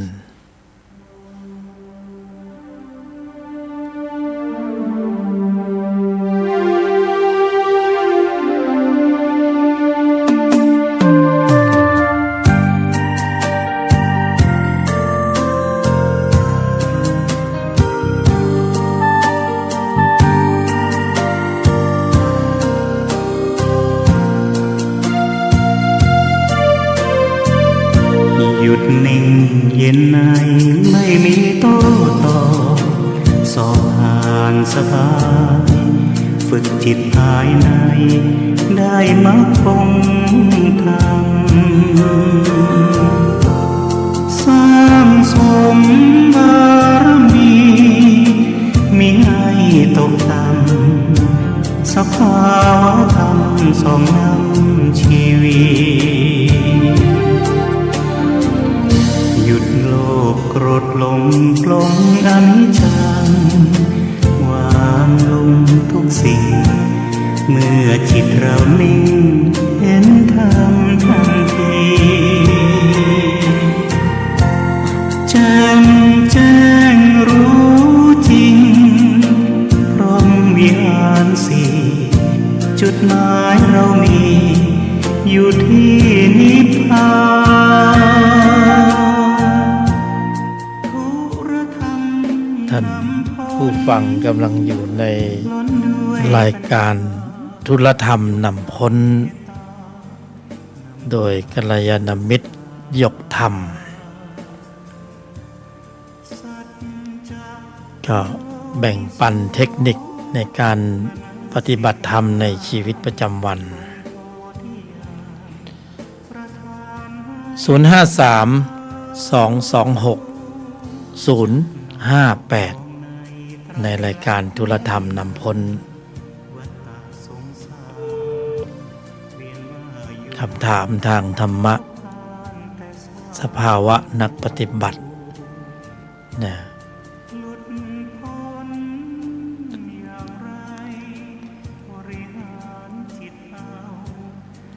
ก็เชิญได้นะ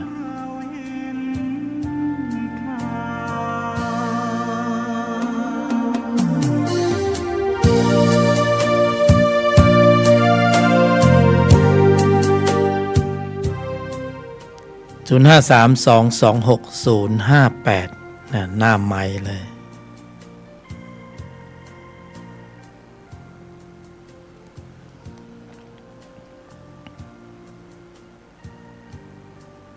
ธุลธรรมนำพ้นในภายใน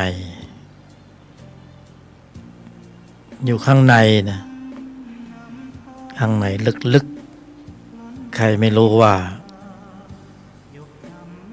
บุคคลปฏิบัติอะไรอยู่ในใจใช่ไหมก็เหมือนกันนะเวลามีความอาฆาตพยาบาทเครียดแค้นชิงชังอยู่ในใจมันก็มีธรรมะเหมือนกันนะแต่ว่าเป็นธรรมสายเกิดเป็นธรรมดำใครก็ไม่รู้ใช่ไหม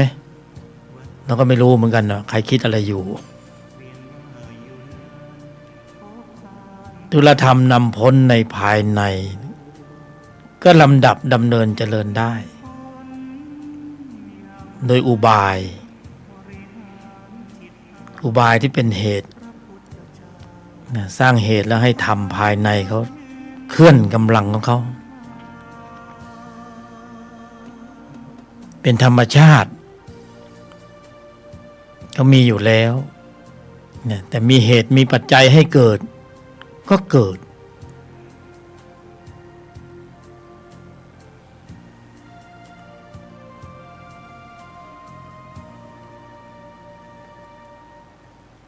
ก็หมุนสายมาได้นะครับ053-226-058ผู้บรรยายเป็นฆราวาสนะเป็นกัลยาณมิตร ร่วมแสดงความคิดเห็นในแง่มุมต่างๆในทางพระพุทธศาสนาคำถามทางธรรมะสภาวะของนักปฏิบัติแต่จะให้ประโยชน์สูงสุดก็ต้องอยู่ในกรอบในการปรุงในอุบายในวิธีการที่บุคคลจะต้องนำไปใช้ในชีวิตประจำวันกำหนดอย่างไรเจริญอย่างไร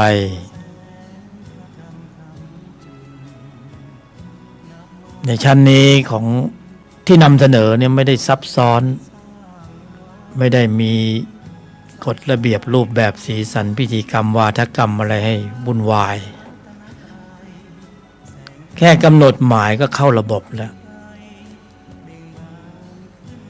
ก่อนที่มีการกระทบสัมผัสในสถานการณ์เนี่ยพอสถานการณ์มาถึงข้างในก็กำหนดหมายก่อนเลย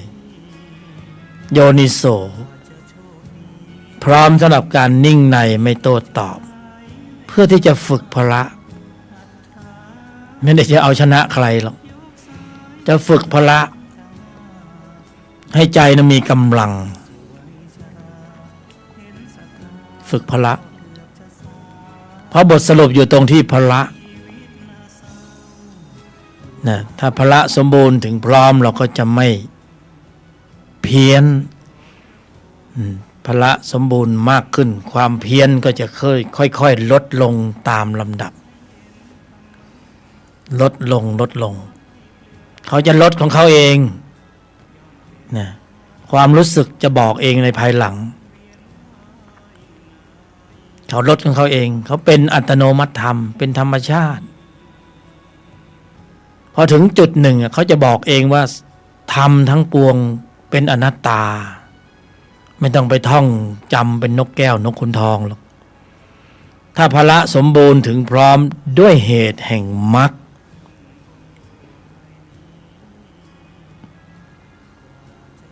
คำนี้สำคัญถ้าพละสมบูรณ์ถึงพร้อมด้วยเหตุแห่งการกำหนดเจริญซึ่งอริยมรรคมีองค์8แสดงว่าพละอย่างอื่นก็มีถ้าไม่ปรุงโดยมรรคเมื่อพละสมบูรณ์ถึงพร้อมด้วยเหตุแห่งมรรคองค์ภูมิความรู้ฌานปัญญาญาณไม่ใช่ปัญหาจะปรากฏแก่ใจของบุคคลเมื่อมีปรากฏอยู่ในใจแล้วอัตตาตัวกูไม่ใช่ปัญหาเป็นไปเองมันสลายของมันไม่ต้องไปท่องจำธรรมทั้งหลายเป็นอนัตตาอนิจจังทุกขังถ้าพละยังไม่โตก็ท่องไปอยู่อย่างนั้นน่ะแต่ถ้าพละโตแล้วไม่ต้องท่องเขาเป็นไปเอง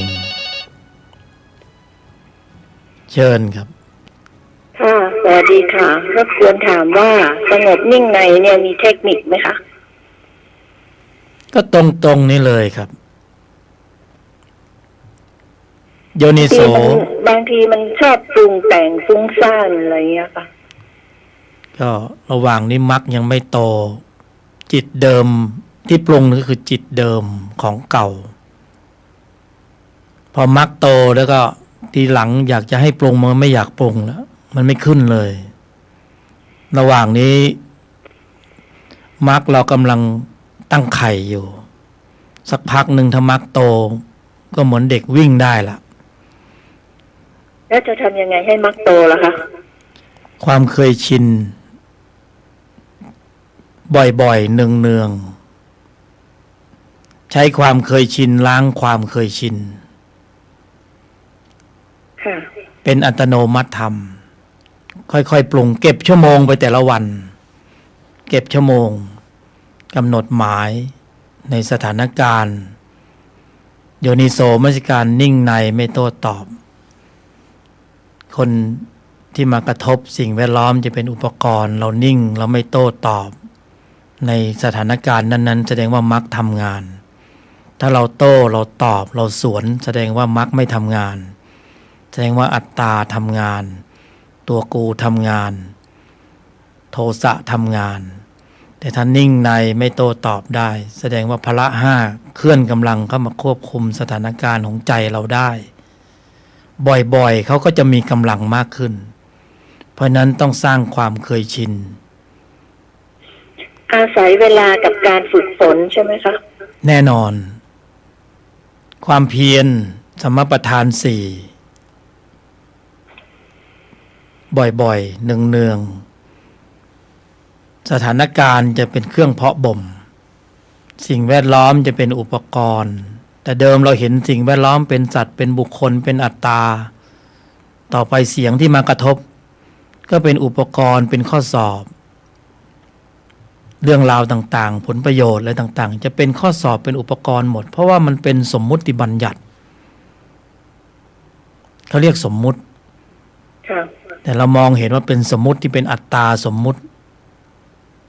เขาก็เป็นสัจจะชนิดหนึ่งเป็นสมมุติสัจจะแต่ก็มีปรมัตถสัจจะครอบอีกระดับหนึ่งเพราะนั้นเราต้องเข้าไปถึงตรงจุดที่เรียกว่าพละจะต้องมีกำลังมากขึ้นเพราะนั้นต้องฝึกแล้วถ้าก็กำหนดหมายปุ๊บก็สิ่งแวดล้อมสถานการณ์ตรงนั้นจะเป็นสถานที่ปฏิบัติธรรมของเราทันทีเพราะนั้นไม่ผูกว่าจะต้องสำนักธรรมไม่ผูกว่าจะต้องที่บ้านที่ทำงานที่วัดที่ไหนไม่มีสถานที่กำหนดเจริญทันใดตรงนั้นคือสถานที่ปฏิบัติธรรมทันทีก็คือโยนิโสมนสิการพร้อมสำหรับการที่จะนิ่งในไม่โต้ตอบโดยเฉพาะบุคคลที่มากระทบเราต้องสำรวมภายในเราให้ได้เพราะมันจะถูกแรงต้านกระแสเดิมจิตเดิมมันจะมีแรงต่อต้านออกมาเพราะนั้นต้องใช้ความเท่าทันสูงใช้ขันติสูงใช้สมประทานสูงมากเพราะว่ามันมาทุกทิศทุกทางแต่เดิมเราปฏิบัติธรรมเนี่ยเราก็พยายามสงบระงับตัวกระทบสัมผัสมันก็มุมเดียวแต่พอเราเปิดยุทธการแบบนี้เราเปิดทุกทวารเลยมันจะมาหูตาจมูกลิ้นกายใจมาหมดเพราะนั้นกำลังของพละเนี่ยจะต้องใช้กำลังสูงกว่าปกติมากขึ้นหลายเท่ายากพอสมควรค่ะต้องทำแล้วครับไม่ทำไม่ได้แล้วเวลาไม่พอแล้วอังสังขารเขาไม่รอ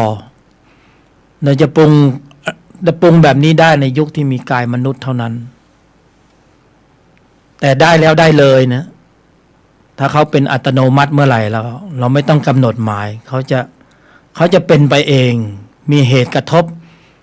กำลังของพละจะเคลื่อนกำลังเข้ามาควบคุมสถานการณ์ของใจได้รวดเร็วมากเขาเป็นความเร็วสูงมากมีกำลังสูงมากเป็นพลังงานต้องฝึกแล้วเพราะว่าปรุงได้ทันใช่ไหมคะครับ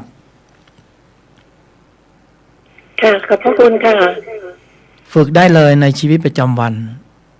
ค่ะขอบพระคุณค่ะเอาเริ่มในครอบครัวก่อนเนี่ย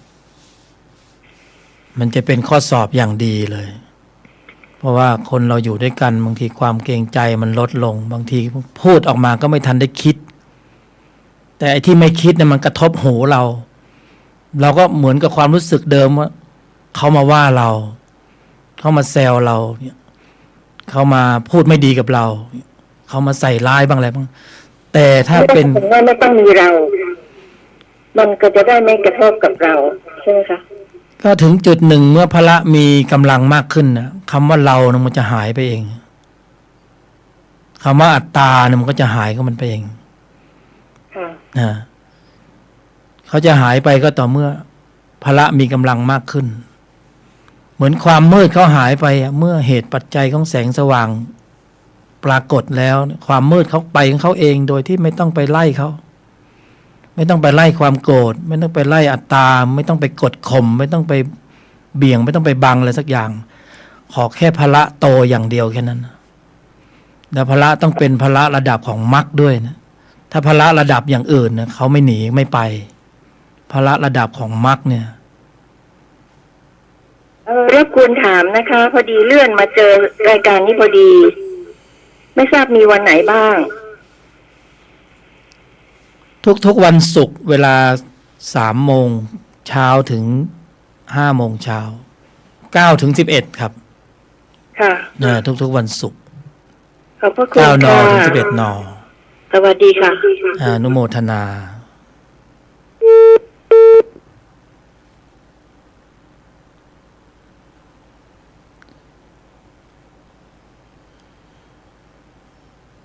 สถานการณ์สร้างวีรบุรุษวีรสตรีเนี่ยโลกสัมผัสจะสร้างอริยะก็ตรงนี้แหละถ้าคัดท้ายดีก็ควบคุมระบบแสดงออกก็เป็นอริยะได้ถ้าไม่ได้คัดท้ายไว้ดีไม่ทันตั้งตนก็อาจจะเป็นนรกเป็นเปรตเป็นอสุรกายได้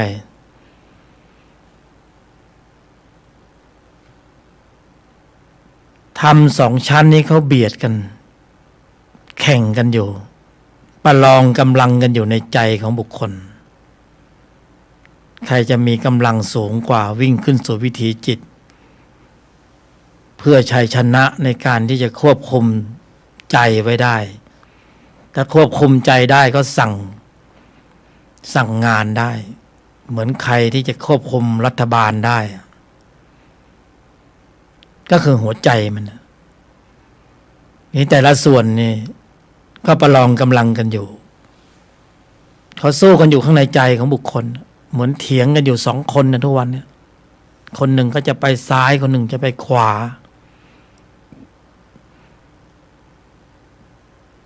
คนหนึ่งก็จะไป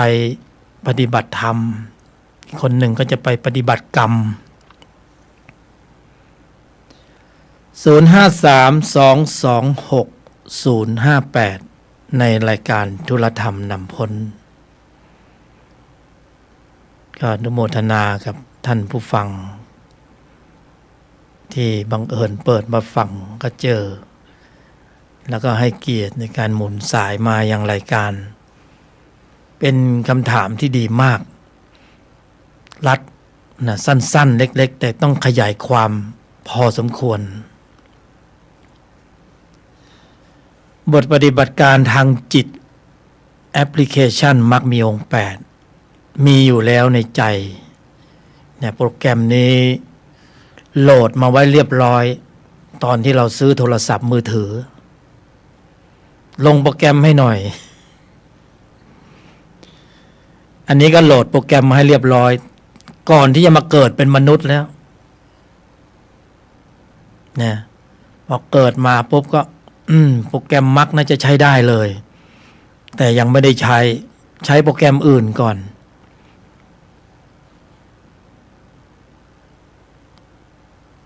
รักโลภโกรธหลงคุ้นชินไม่ต้องบอกไม่ต้องสอนทำเป็นนะตัวเล็กตัวน้อยเป็นหมดแต่พอจะขับเคลื่อนกำลังจิตที่มีองค์ประกอบในกุศลในระดับชั้นของมรรคต้องมาเกิดพบเจอพระพุทธศาสนาต้องเกิดในยุคที่ศาสนาพุทธยังคงมีอยู่มีการเจริญอบรมศึกษาปฏิบัติธรรมมีผู้นำธรรมมากล่าวมีผู้ที่นำธรรมที่เป็นสัมมาทิฏฐิมากล่าวนะจับพลัดจับโผโชคไม่ดีไปเจอมิจฉาธรรมก็ยาวเลยทีนี้โปรแกรมของมรรคมีอยู่แล้วในใจของบุคคลจะเล่นกันหรือเปล่าแค่นั้นนะเห็นหลักธรรมมีตั้งหลายข้อเยอะนะเห็นแล้วกลัวเลยไม่กล้าเล่นเอาสั้นๆรัดๆแค่นี้เองก็ปรุงได้แล้วเชิญครับสวัสดีค่ะเชิญมีคือรับฟังทุกวันศุกร์ค่ะแต่ไม่ได้โทรมาเลยคือฟังแล้วสามารถเอาไปปฏิบัติต่อได้จริงๆค่ะทำได้ทันทีเลยทำได้ค่ะคือเมื่อก่อนก็เป็นคนอารมณ์ร้อนโกรธง่ายอะไรเงี้ยเนาะค่ะแต่ว่าปัจจุบันเนี้ยลดลงมาจนแบบว่าชัดเจนขึ้นคือไม่มีโกรธความโลภโกรธหลงนี่มันน้อยลงไปค่ะพละโตขึ้นค่ะ คิดถึงความโกรธ คน เล ใน ย ครอบครัวเนี่ยมา โอ้ข้อสอบอย่างดีเลยนะ เอามาทดสอบค่ะตั้งแต่สามีลูกอะไรเงี้ยเนาะแล้วก็มาทดสอบว่าเราจะปฏิบัติกับเขายังไง หรือว่าทำใจได้ยังไงค่ะ ก็ชัดเจนว่าทำได้ค่ะ เป็นข้อสอบอย่างดีเลยในครอบครัว แล้วก็ นะ เอาสมาธิมาตั้งค่ะ ถ้ามันไม่ได้จริงๆนะจะต้องพุทโธต่อแล้วอะไรเงี้ย ค่ะ เหมาะควรนะก็อย่าไปทิ้ง ค่ะ นะ คือพุทโธนี่จะเริ่มตั้ง เขาเป็นบาดฐาน ค่ะ ส่งเสริมซึ่งกันและกันไงเป็นสมถะวิปัสสนา ค่ะ นะเราพุทโธเราสงบ ค่ะ พอมีเหตุกระทบเราก็เข้าโปรแกรมมรรคเลย ค่ะ คือจะเอาตั้งแต่ตื่นนอนก็พุทโธหรือว่าพุทธังธัมมังสังฆังอะไรไปค่ะ คือจะไม่ให้ปล่อยให้ใจมันว่างๆนะคะ เขาเรียกเตรียมพร้อม ค่ะ พร้อมสำหรับการรับกระทบ อุ่นเครื่องไว้ก่อน ค่ะ พุทโธนี่อุ่นเครื่องรอนะอุ่นเครื่องไว้พอมีเหตุมาปุ๊บต่อเนื่องได้เลย ค่ะ มันเป็นอ จ ย่างนั้น ตอนนี้รู้สึกว่าสงบขึ้นมาก คือถ้าเขามาแรงเราก็นิ่งได้จนแบบเฉยๆเลยค่ะ ภาระเขาโตเรื่อยๆโตตลอดเวลา ค่ะ สถานการณ์เนี่ยจะทำให้เขาได้ฝึกพละพอเขาออกแรงบ่อยๆเขาก็จะแข็งแรงแล้วจิตฝ่ายตรงข้ามมันก็ไม่ได้ออกงานเลยไอ้โทสะก็ไม่ได้ออกงานเลย เมื่อก่อนนี้ออกงานตลอด ค่ะ ใช่ค่ะ พอเขาออกงานบ่อยเขาก็ชำนาญเขาก็คล่องแคล่วเขาแข็งแรง ค่ะ ทีนี้ไม่ค่อยได้ออกเนี่ยเราจะถามหาเดี๋ยวนี้โทสะมันหายไปไหน คิดถึงเหลือเกิน โดนกระทบแล้วมันไม่ยอมขึ้น ค่ะค่ะ นะพอพละโตในระดับหนึ่ง เมื่อก่อนนี่จะเป็นไฟต่อไฟ เอาเป็นไฟเตอร์เขาเรียกไฟเตอร์ ค่ะ ตาต่อตาฟันต่อฟันนะปล่อยผ่านไม่ได้ ฉันต้องจัดการให้เรียบร้อย บางคนถึงขั้นดับขันกันเลยนะ ใช่ค่ะ นะทะเลาะกันทำร้ายกันอย่างเงี้ย อันนี้เราสู้ แต่เราสู้ข้างใน ค่ะ เราไม่ได้สู้ข้างนอกแล้วนะสู้ข้างในมันไม่ยากหรอกนะเดี๋ยวก็มีคดีความมีตำรวจมีอัยการมีศาลมาหาที่บ้าน มีคนมาเกี่ยวข้องเยอะแยะ แต่สู้ข้างในนี่โดดเดี่ยวหน่อย เราต้องสู้ของเราอยู่ลึกๆในใจเจ็บปวดรวดร้าวคุ้นคิดทำยังไงจะให้มันดับนะเครียดแค้นชิงชังพยาบาท ค่ะ พอเอามรรคเข้ามากำกับแค่นั้นนะเอามรรคไปสู้กับข้างใน ไม่เดือดร้อนข้างนอกอะคนอื่นก็ไม่เดือดร้อนคดีความก็ไม่ต้องมี ค่ะ มันก็สู้กับข้างในธรรมะนี่สู้กันข้างในมรรคมีองค์แปดยังไง เป็ บ้าน ง เป็นไฟนี่บางทีเราไม่โต้นี่เขาก็อ่อนไปเหมือนกันเขาก็คือว่า เดี๋ยวเขาก็เลิกไปเองเนี่ยค่ะ เขาก็ได้ตัวอย่างของเราเวลาเราปฏิบัติได้ ค่ะ ได้อานิสงส์ไปด้วย แต่ถ้าไฟต่อไฟมันก็นั่นก็จบเลย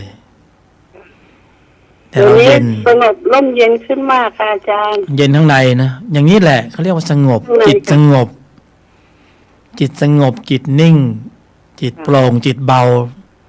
สงบแบบตื่นรู้เนี่ย ค่ะ มองเรื่องธรรมชาติ มองเรื่องทางโลก มันเป็นสัจธรรมแบบนี้อะค่ะ คือปัญญายาณเขาจะเกิดขึ้นเรื่อยๆตามลำดับนะสถานการณ์จะเพาะบ่มให้มรรคโตขึ้นเรื่อยๆตามลำดับ ค่อยๆโตเขาโตของเขาเองบางทีเราไม่ได้ตั้งใจที่จะไปกำหนดหมายอะไรธรรมะเขาทำหน้าที่ของเขาเอง อยู่นอกเหนือการกดข่มบังคับบัญชาของความรู้สึกที่เป็นอัตตา เพราะกำลังเข้าสู่กระบวนการในการปลดอัตตาตัวกูเพราะนั้นธรรมมันก็จะไม่มีอัตตาเป็นอัตโนมัติธรรม แต่ธรรมที่ต้องปรุงไปแล้วมีอัตตามีความรู้สึกว่ากูได้กูมีกูเป็นผู้บรรยายเคยเป็นต้องมาพิจารณาใหม่ว่าเอ๊ะมันไม่ปรุงไปทำไมมีอัตตาตัวกูเพิ่มขึ้นมันเป็นมิจฉาธรรมมิจฉามรรคแต่พอได้อะไรบ้างนิดๆหน่อยๆแล้วก็มาแบ่งปันกันก็เป็นอานิสงส์เป็นบุญในครอบครัวนี่ดีมากที่สุดเพราะมันจะเผลอจะหลุดก็ต้องในครอบครัวนี่แหละเดี๋ยวลูกบ้างเดี๋ยวสามีเดี๋ยวคนนั้นนู่นนี่นั่นมีพฤติกรรมเบี่ยงเบนมีคำพูดคำจาที่แปลกประหลาดคาดไม่ถึงอย่างนี้นะเราก็มักจะเป็นข้อสอบแต่ถ้าเราเห็นดั้งเดิมเราเห็นเป็นเรื่องใหญ่เรื่องโตเรื่องอัตตาเรื่องต้องจัดการเรื่องแต่พอมาอยู่ในแนวทางของธุลธรรมสิ่งเหล่านี้มันเป็นข้อสอบอย่างดีเป็นอุปกรณ์ถ้าไม่มีเข้ามาล่อเราก็ไม่รู้ข้างในเรามันจะขึ้นหรือเปล่าแต่พอข้างในมันขึ้นชั้นตัวมันขึ้นชั้นตนเขาก็กำกับขึ้นมาเหมือนกันก็เหมือนเราป่วยเราไม่สบายนะมีหลายคนที่ว่าไม่สามารถปฏิบัติได้แต่ที่จริงถ้าฝึกหัดมันก็ได้ค่ะอาจารย์เนาะแต่เราไม่ค่อยคุ้นชินเพราะเราไม่ค่อยได้เล่นโปรแกรมนี้เราคุ้นชินโปรแกรมอื่นที่เราจิตมันมีอยู่รักโลภโกรธหลงกินกามเกลียดโกงพวกนี้เราคล่องแคล่วถนัดไม่ต้องบอกไม่ต้องสอนทำเป็นแต่ในชั้นนี้มันจะต้องมาสงบแล้วงับมันต้องทวนต้องฝืนจิตเดิมมันก็ไม่ยอมเพราะว่าจิตเดิมเป็นอัตตามันก็ไม่ยอมเสียผลประโยชน์มันก็ไม่ยอมปล่อยเขาเรียกว่าพยามารเนี่ยจิตมารนั่นแหละมันก็กระซิบข้างหูไม่ต้องทำหรอกทำไม่ได้หรอกมันยากมันก็จะกระซิบอยู่งั้นแต่แท้จริงแล้วมรรคในโปรแกรมนี้เขามีอยู่แล้วถ้ามรรคเคลื่อนกำลังได้เขาเสียผลประโยชน์เขาจะไปยอมได้ยังไงเพราะนั้นที่ต้องต่อสู้กันก็คือข้อมูลเก่าเราสู้กับข้อมูลเก่าสู้กับอัตตาเก่าจิตเก่าโทสะเก่าโลภเก่ามันมีข้อมูลอยู่ก่อนมันก็ไม่ยอมสูญเสียบัลลังก์มารใครจะยอมเสียบัลลังก์นะก็ไม่ยอมเสียเก้าอี้อย่างเงี้ยเขาไม่ยอมเขาก็ต้องพยายามจะขัดจะขวางต้องฝืนตัวนี้คือตัวต้านทานภายในทีนี้มันจะต้องเจอความเคยชินของธรรมะเพราะมันแข็งแรงด้วยความเคยชินเราก็ต้องใช้ความเคยชินไปล้างความเคยชินเราคุ้นชินกับธรรมสายเกิดเราไม่เอาแล้วเราต้องคุ้นชินกับธรรมสายดับเราก็นิ่งในไม่โต้ตอบนะก็ได้รางวัลเหมือนกันพอนิ่งในไม่โต้ตอบก็ได้ฌานเล็กๆได้ปีติได้สุขได้ฌานเล็กๆได้ปีติได้สุขนะได้ความโปร่งความเบาก็ทีนี้จิตสงบจิตนิ่งเนี่ยไม่ใช่ปัญหาเป็นสภาวะที่ปรากฏเกิดขึ้นได้ในขณะที่อยู่ชีวิตประจำวันเนี่ยแต่ใจมันนิ่งอยู่ข้างในใครด่าใครว่ากระทบกระทั่งกระทุ้งกระเทือนตื่นรู้เท่าทันอย่างเงี้ยมันก็ดีสิเพราะเมื่อก่อนใครด่าใครว่ากระทบกระทั่งกระทุ้งกระเทือนเราสวนตลอดมีเหตุมีผลพอปรุงอย่างนี้มากขึ้นเหตุผลมันไม่มีเหตุผลมันหายไปก็คืออัตตามันลดมันจึงไม่มีเหตุมีผลไปถกไปเถียงที่เถียงที่ถกแสดงว่าอัตตามันเยอะมานะมันเยอะทิฏฐิมันเยอะมันพยายามที่ปกป้องเบี่ยงปัดให้พ้นตัวมันก็ต้องเอาเหตุเอาผลสารพัดออกมาใช่ไหมแต่พอเหตุผลไม่มีก็คือมันไม่มีอัตตาเลยไปปกป้องอะไรพอเราทำได้ใครที่ได้อานิสงส์กับเราไปด้วยก็คนในครอบครัวพอมีสภาวธรรมในภายในก็จะเริ่มบอกเริ่มสอนนะสอนให้ลูกสอนให้สามีทำเป็นตัวอย่างให้ดูเขาก็เริ่มมองเห็นก็เริ่มเอาแบบอย่างซับซึมไปด้วยถ้าเราโปรดเข้าไปในตัวไม่งั้นจิตที่ประกอบด้วยโทสะอัตตาตัวกูในใจเขามีอยู่เราจะปล่อยให้เขาอย่างนี้หรือมันก็คือระเบิดเวลามันก็คือมะเร็งในใจแค่นั้นเองเราช่วยลดให้เขาที่เราจะช่วยเขาได้เราต้องทำตนของเราให้แข็งแรงก่อนพอตนเรามีพละมีกำลังเราก็โปรดคนได้ เราช่วยคนเป็นพรหมวิหารธรรม ใช้ได้ไปถึงเวลาเจ็บป่วยด้วยค่ะอาจารย์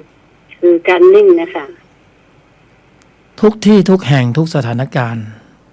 ในสังคมที่เราต้องไปพบเจอผู้คน แม้กระทั่งอยู่ในผับในบาร์กินเลี้ยงกันอยู่อะไรก็ตามดื่มแอลกอฮอล์อยู่ก็ยังได้อยู่เลยเพราะนั้นศีลนอกแต่ที่เราทำเนี่ยเขาศีลในอธิศีลอธิจิตสติรอบในตัวนอกจะเป็นข้อสอบหมดเป็นข้อรองหมดเพราะนั้นทุกที่ทุกแห่งพอเรากำหนดหมายเข้าระบบเขาก็รันนิ่งแล้วทำตัวสบายด้วยข้างในใครไม่รู้ว่าเราทำอะไรอยู่เราก็เก็บชั่วโมงของเราไปแต่ละวันวันนี้เรามีกายมนุษย์เก็บชั่วโมงไปอีกมีโลกสัมผัสมีอายตนะเขาสร้างอายตนะให้มาสัมผัสเพื่อให้มรรคขับเคลื่อนนะเราก็ไปหนีสัมผัสเล่นกับจิตมันก็ไม่ถูกต้องถูกส่วนตรงตามความเป็นจริงคอยสร้างสัมผัสให้เราให้มรรคเคลื่อนเพราะว่ามรรคต้องอาศัยสัมผัสเพื่อรู้เพื่อพิสูจน์ข้างในนะพละที่มีกำลังโตขึ้นเขาก็อยู่ตรงไหนก็ได้เขาสัมผัสได้หมดมันจะเป็นข้อสอบไปหมดถ้าเป็นผลแล้วเขาอัตโนมัติธรรมสบายเขาเรียกว่าเที่ยงข้างในสบายนอกเที่ยงในแต่บางคนไม่สบายข้างนอกคุมข้างนอกไว้ก่อนข้างในไม่รู้เป็นหรือเปล่าไปหรือเปล่าได้หรือเปล่า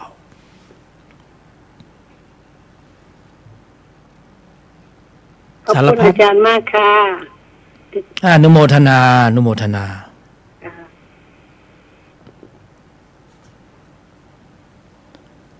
053-226-058 ก็ผู้บรรยายยกธรรมก็ยังเป็นกัลยาณมิตรนะญาติธรรมก็ยกให้เป็นอาจารย์อีกแล้วสมมุติบัญญัตินะกำหนดหมายไปเลยจะเป็นอะไรก็ได้เชิญครับเชิญครับสวัสดีครับสวัสดีครับอยากจะสอบถามนะครับเสียงสะท้อนครับต้องอยู่ห่างเครื่องรับนิดหน่อยต้องอยู่ห่างเครื่องรับครับเชิญโยนิโส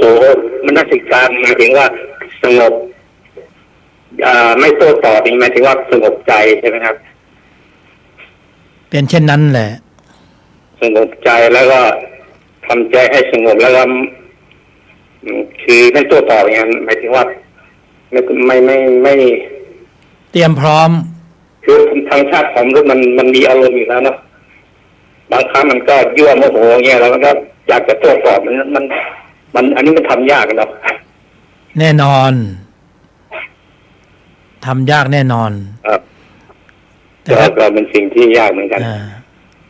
เตรียมพร้อมแต่อย่างที่ผู้โทรมาครั้งแรกเราก็ฝึกจะได้รับความรู้ว่าอยากจะก็ฟังเรื่อยๆก็รู้สึกจะมีความรู้แล้วก็ไปปฏิบัติได้นะมันไฟบังคับว่าไม่ทำไม่ได้ตอนเนี้ยจะฟังตลอดเพิ่งฟังไป2 ครั้งคราวที่แล้วก็ฟัง1แล้วก็ไม่ได้คุยเลยตอนแรกนึกว่าผู้บรรยายเป็นพระเนาะคือผมเป็นคริสเตียนนะแต่ก็เข้าใจพระเจ้าอวยพรของธรรมชาติของมนุษย์เป็นธรรมชาติขอบคุณนะครับในคำสอนของศาสนาคริสต์ก็มีในคำสอนเก็บชั่วโมงอาศัยสถานการณ์เป็นเครื่องฝึกมันมีข้อสอบตลอดเวลาเนาะอนุโมทนาครับ053-226-058ในรายการธุลธรรมนำพลในคำสอนของแต่ละศาสนาก็มีโดยพื้นฐานนี่แหละก็คือสำรวมเชิญครับเชิญค่ะสวัสดีค่ะที่โทรมาเมื่อกี้นะคะ อาจจะรบกวนขอให้ผู้บรรยายแนะนำตัวหน่อยได้ไหมคะไม่ทราบว่าฟังท่านไหนบรรยายอยู่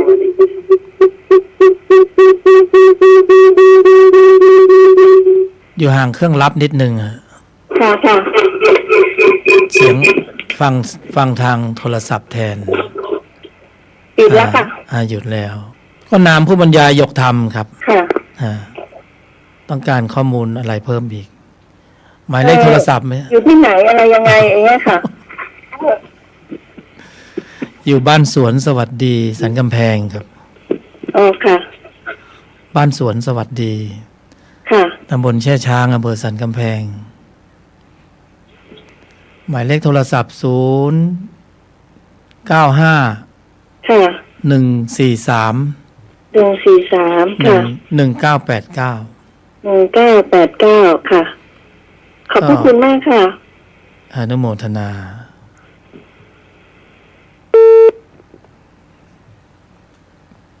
ก็เดินสายบรรยายธรรมนะไม่ต้องมีค่าใช้จ่าย เพราะต้องการสร้างบารมีเป็นธรรมทานนะกี่คนกี่กลุ่มก็ไปได้หมดสำนักธรรมต่างๆ กลุ่มปฏิบัติธรรม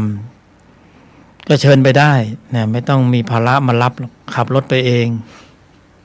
ค่าใช้จ่ายไม่มี เพราะว่าตังค์พอมีใช้แล้วเผยแผ่ธรรมะเป็นธรรมทานในหลายที่หลายแห่งสมัยก่อนก็ตอนเรียนเป็นนักศึกษาก็ไปลองผิดลองถูกไปปะทะคารมกับกลุ่มต่างๆสนุกดีก็ท่องเที่ยวไปนะเก็บเกี่ยวข้อมูลความรู้มันก็ได้มาแค่นี้เองบทสรุปได้มาสูตรเดียวได้มาหลายปีแต่ก็ไม่กล้าที่จะนำเสนอนะเพราะต้องไปลองผิดลองถูกเอาไปทดสอบพิสูจน์ก่อนว่าของเรานี่มันหลงทางหรือเปล่ามันเข้าป่าหรือเปล่าหรือว่าออกทะเลหรือเปล่าเพราะเมื่อก่อนเป็นคนขี้โมโหแต่พอที่จะปฏิบัติแล้วมันได้ผลบ้างนะภายในมันลดกำลังของจิตที่มีตัวประกอบด้วยความโกรธก็เข้าใจว่ามันก็ดีนะแล้วก็ไปเทียบเคียงกันไปในบัญญัตินะไม่ได้โมเมวันนี้คืออริยมรรคมีองค์8เชิงปฏิบัติพอเชิงบัญญัติก็ต้องศึกษาก็ต้องบวชเรียนก็ต้องศึกษาแต่เชิงปฏิบัติเนี่ยมันเป็นสังกัปเป็นกรอบเล็กๆที่เราใช้เป็นบทปฏิบัติการน่ะก็ตรงนี้แหละคือโยนิโสมนสิการนิ่งในไม่โต้ตอบแต่ถ้าครบสูตรก็ต้องเป็นยอมหยุดเย็นนิ่งในไม่โต้ตอบเป็นสูตรสำเร็จเขาเรียกว่าสูตร4 ยอเป็นเคล็ดวิชาที่ไม่ลับเพราะบอกกล่าวกันได้ไม่ลับแต่เราก็วงเล็บไปด้วยว่าอย่าเพิ่งเชื่ออย่าเพิ่งเชื่อเราก็ไม่ได้มาเป็นครูบาอาจารย์มาบอกมาสอนก็ใช้คำว่ากัลยาณมิตรมาแบ่งปันอย่างนี้จะออกแบบนุ่มหน่อยเพราะต้องบอกไว้ก่อนว่าอย่าเพิ่งเชื่อนะเอาไปทดสอบเอาไปทดลองนะใช้ดีก็บอกต่อมันเป็นอย่างนั้นนะถ้าไม่ได้ผลก็ขอคืนไม่ได้ไปค้านแย้งกับข้อวัดปฏิบัติดั้งเดิมที่แต่ละรูปแต่ละนามบำเพ็ญอยู่ศึกษาอยู่ปฏิบัติอยู่เสริมเข้าไปแนะเข้าไปแต่บังเอิญว่าองค์ภูมิความรู้ฌานปัญญาญาณนี่มันได้ในภายในเนี่ยมันก็ถึงวาระที่ต้องมาแบ่งปันเพราะสภาวะจะเป็นบทรับรองที่แน่นอนกว่าบัญญัติดิ้นได้แต่สภาวะเนี่ยดิ้นไม่ได้ยังไงก็ต้องอย่างนั้นถ้าถูกต้องถูกส่วนตรงตามความเป็นจริงแล้วมีจริงเป็นจริงนะพอไปอ่านบัญญัติเขียนผิดนี่รู้เลยว่าผู้เขียนเนี่ยคิดอะไรอยู่มันเป็นอย่างนั้นเป็นไปเองนี่ความพิเศษตรงนี้มันอยู่ตรงที่ว่าแต่ละรูปแต่ละนามสามารถเข้าถึงตรงนี้ได้ เพราะฉะนั้นมันจึงไม่มีอะไรต้องมาบอกกันแต่มาแบ่งปันเนี่ยมันได้ประโยชน์แล้วถามจริงๆแต่ว่าไอ้จิตที่มีตัวประกอบด้วยโลภะโทสะโมหะที่มันอยู่ในใจของบุคคลเนี่ยจะอนุรักษ์มันไว้ทำไม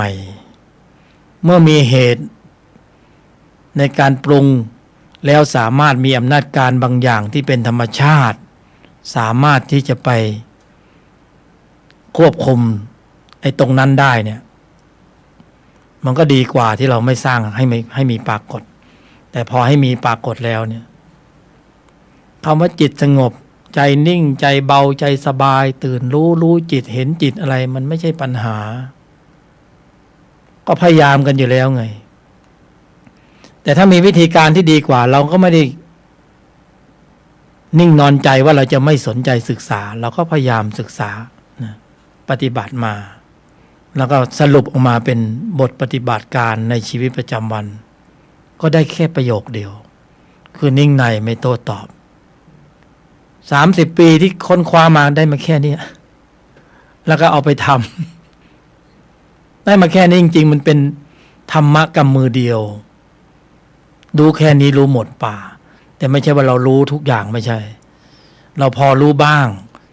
แล้วก็ไอ้เส้นผมมันบังภูเขาจริงๆเพราะเราออกไปนอกตัวไกลไปหมดนะแค่นี้เองมันอยู่แค่นี้เองในใจมันมีอยู่แล้วธรรมชาติเขาให้มาแล้วมีอยู่แล้วโดยธรรมชาติธรรมดาสมควรแก่เวลารัตนะมหันทโยสุขโสรัตนะหันตละสาธุตัง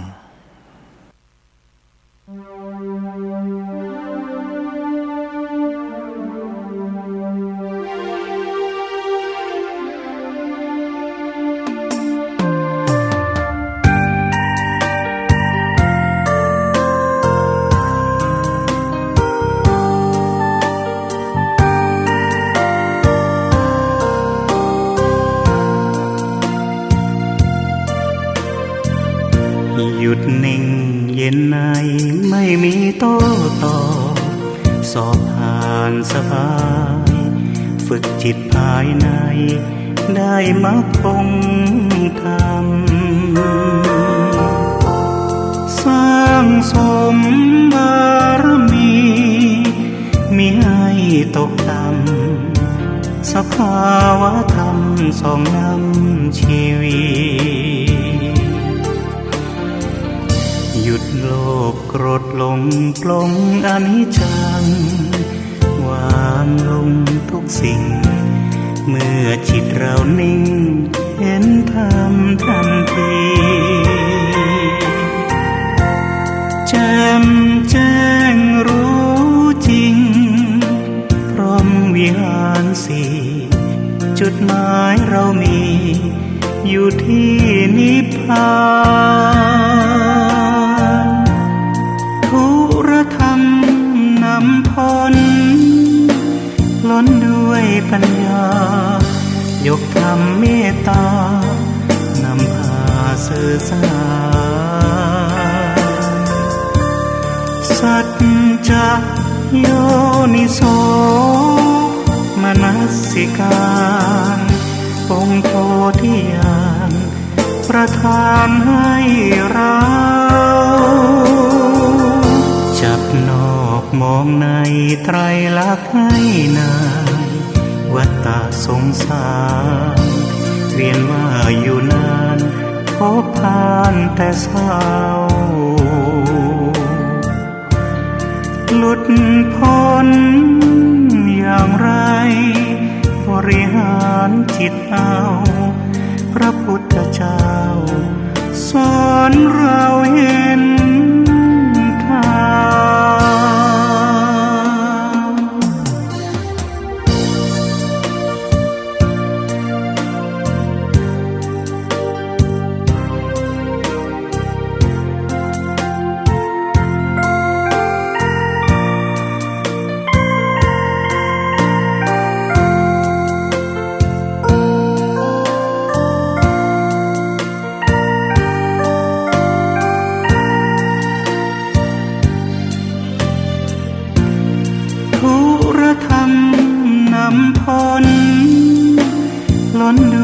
ปัญญายกธรรมเมตตานำพาสื่อสารสัจจะ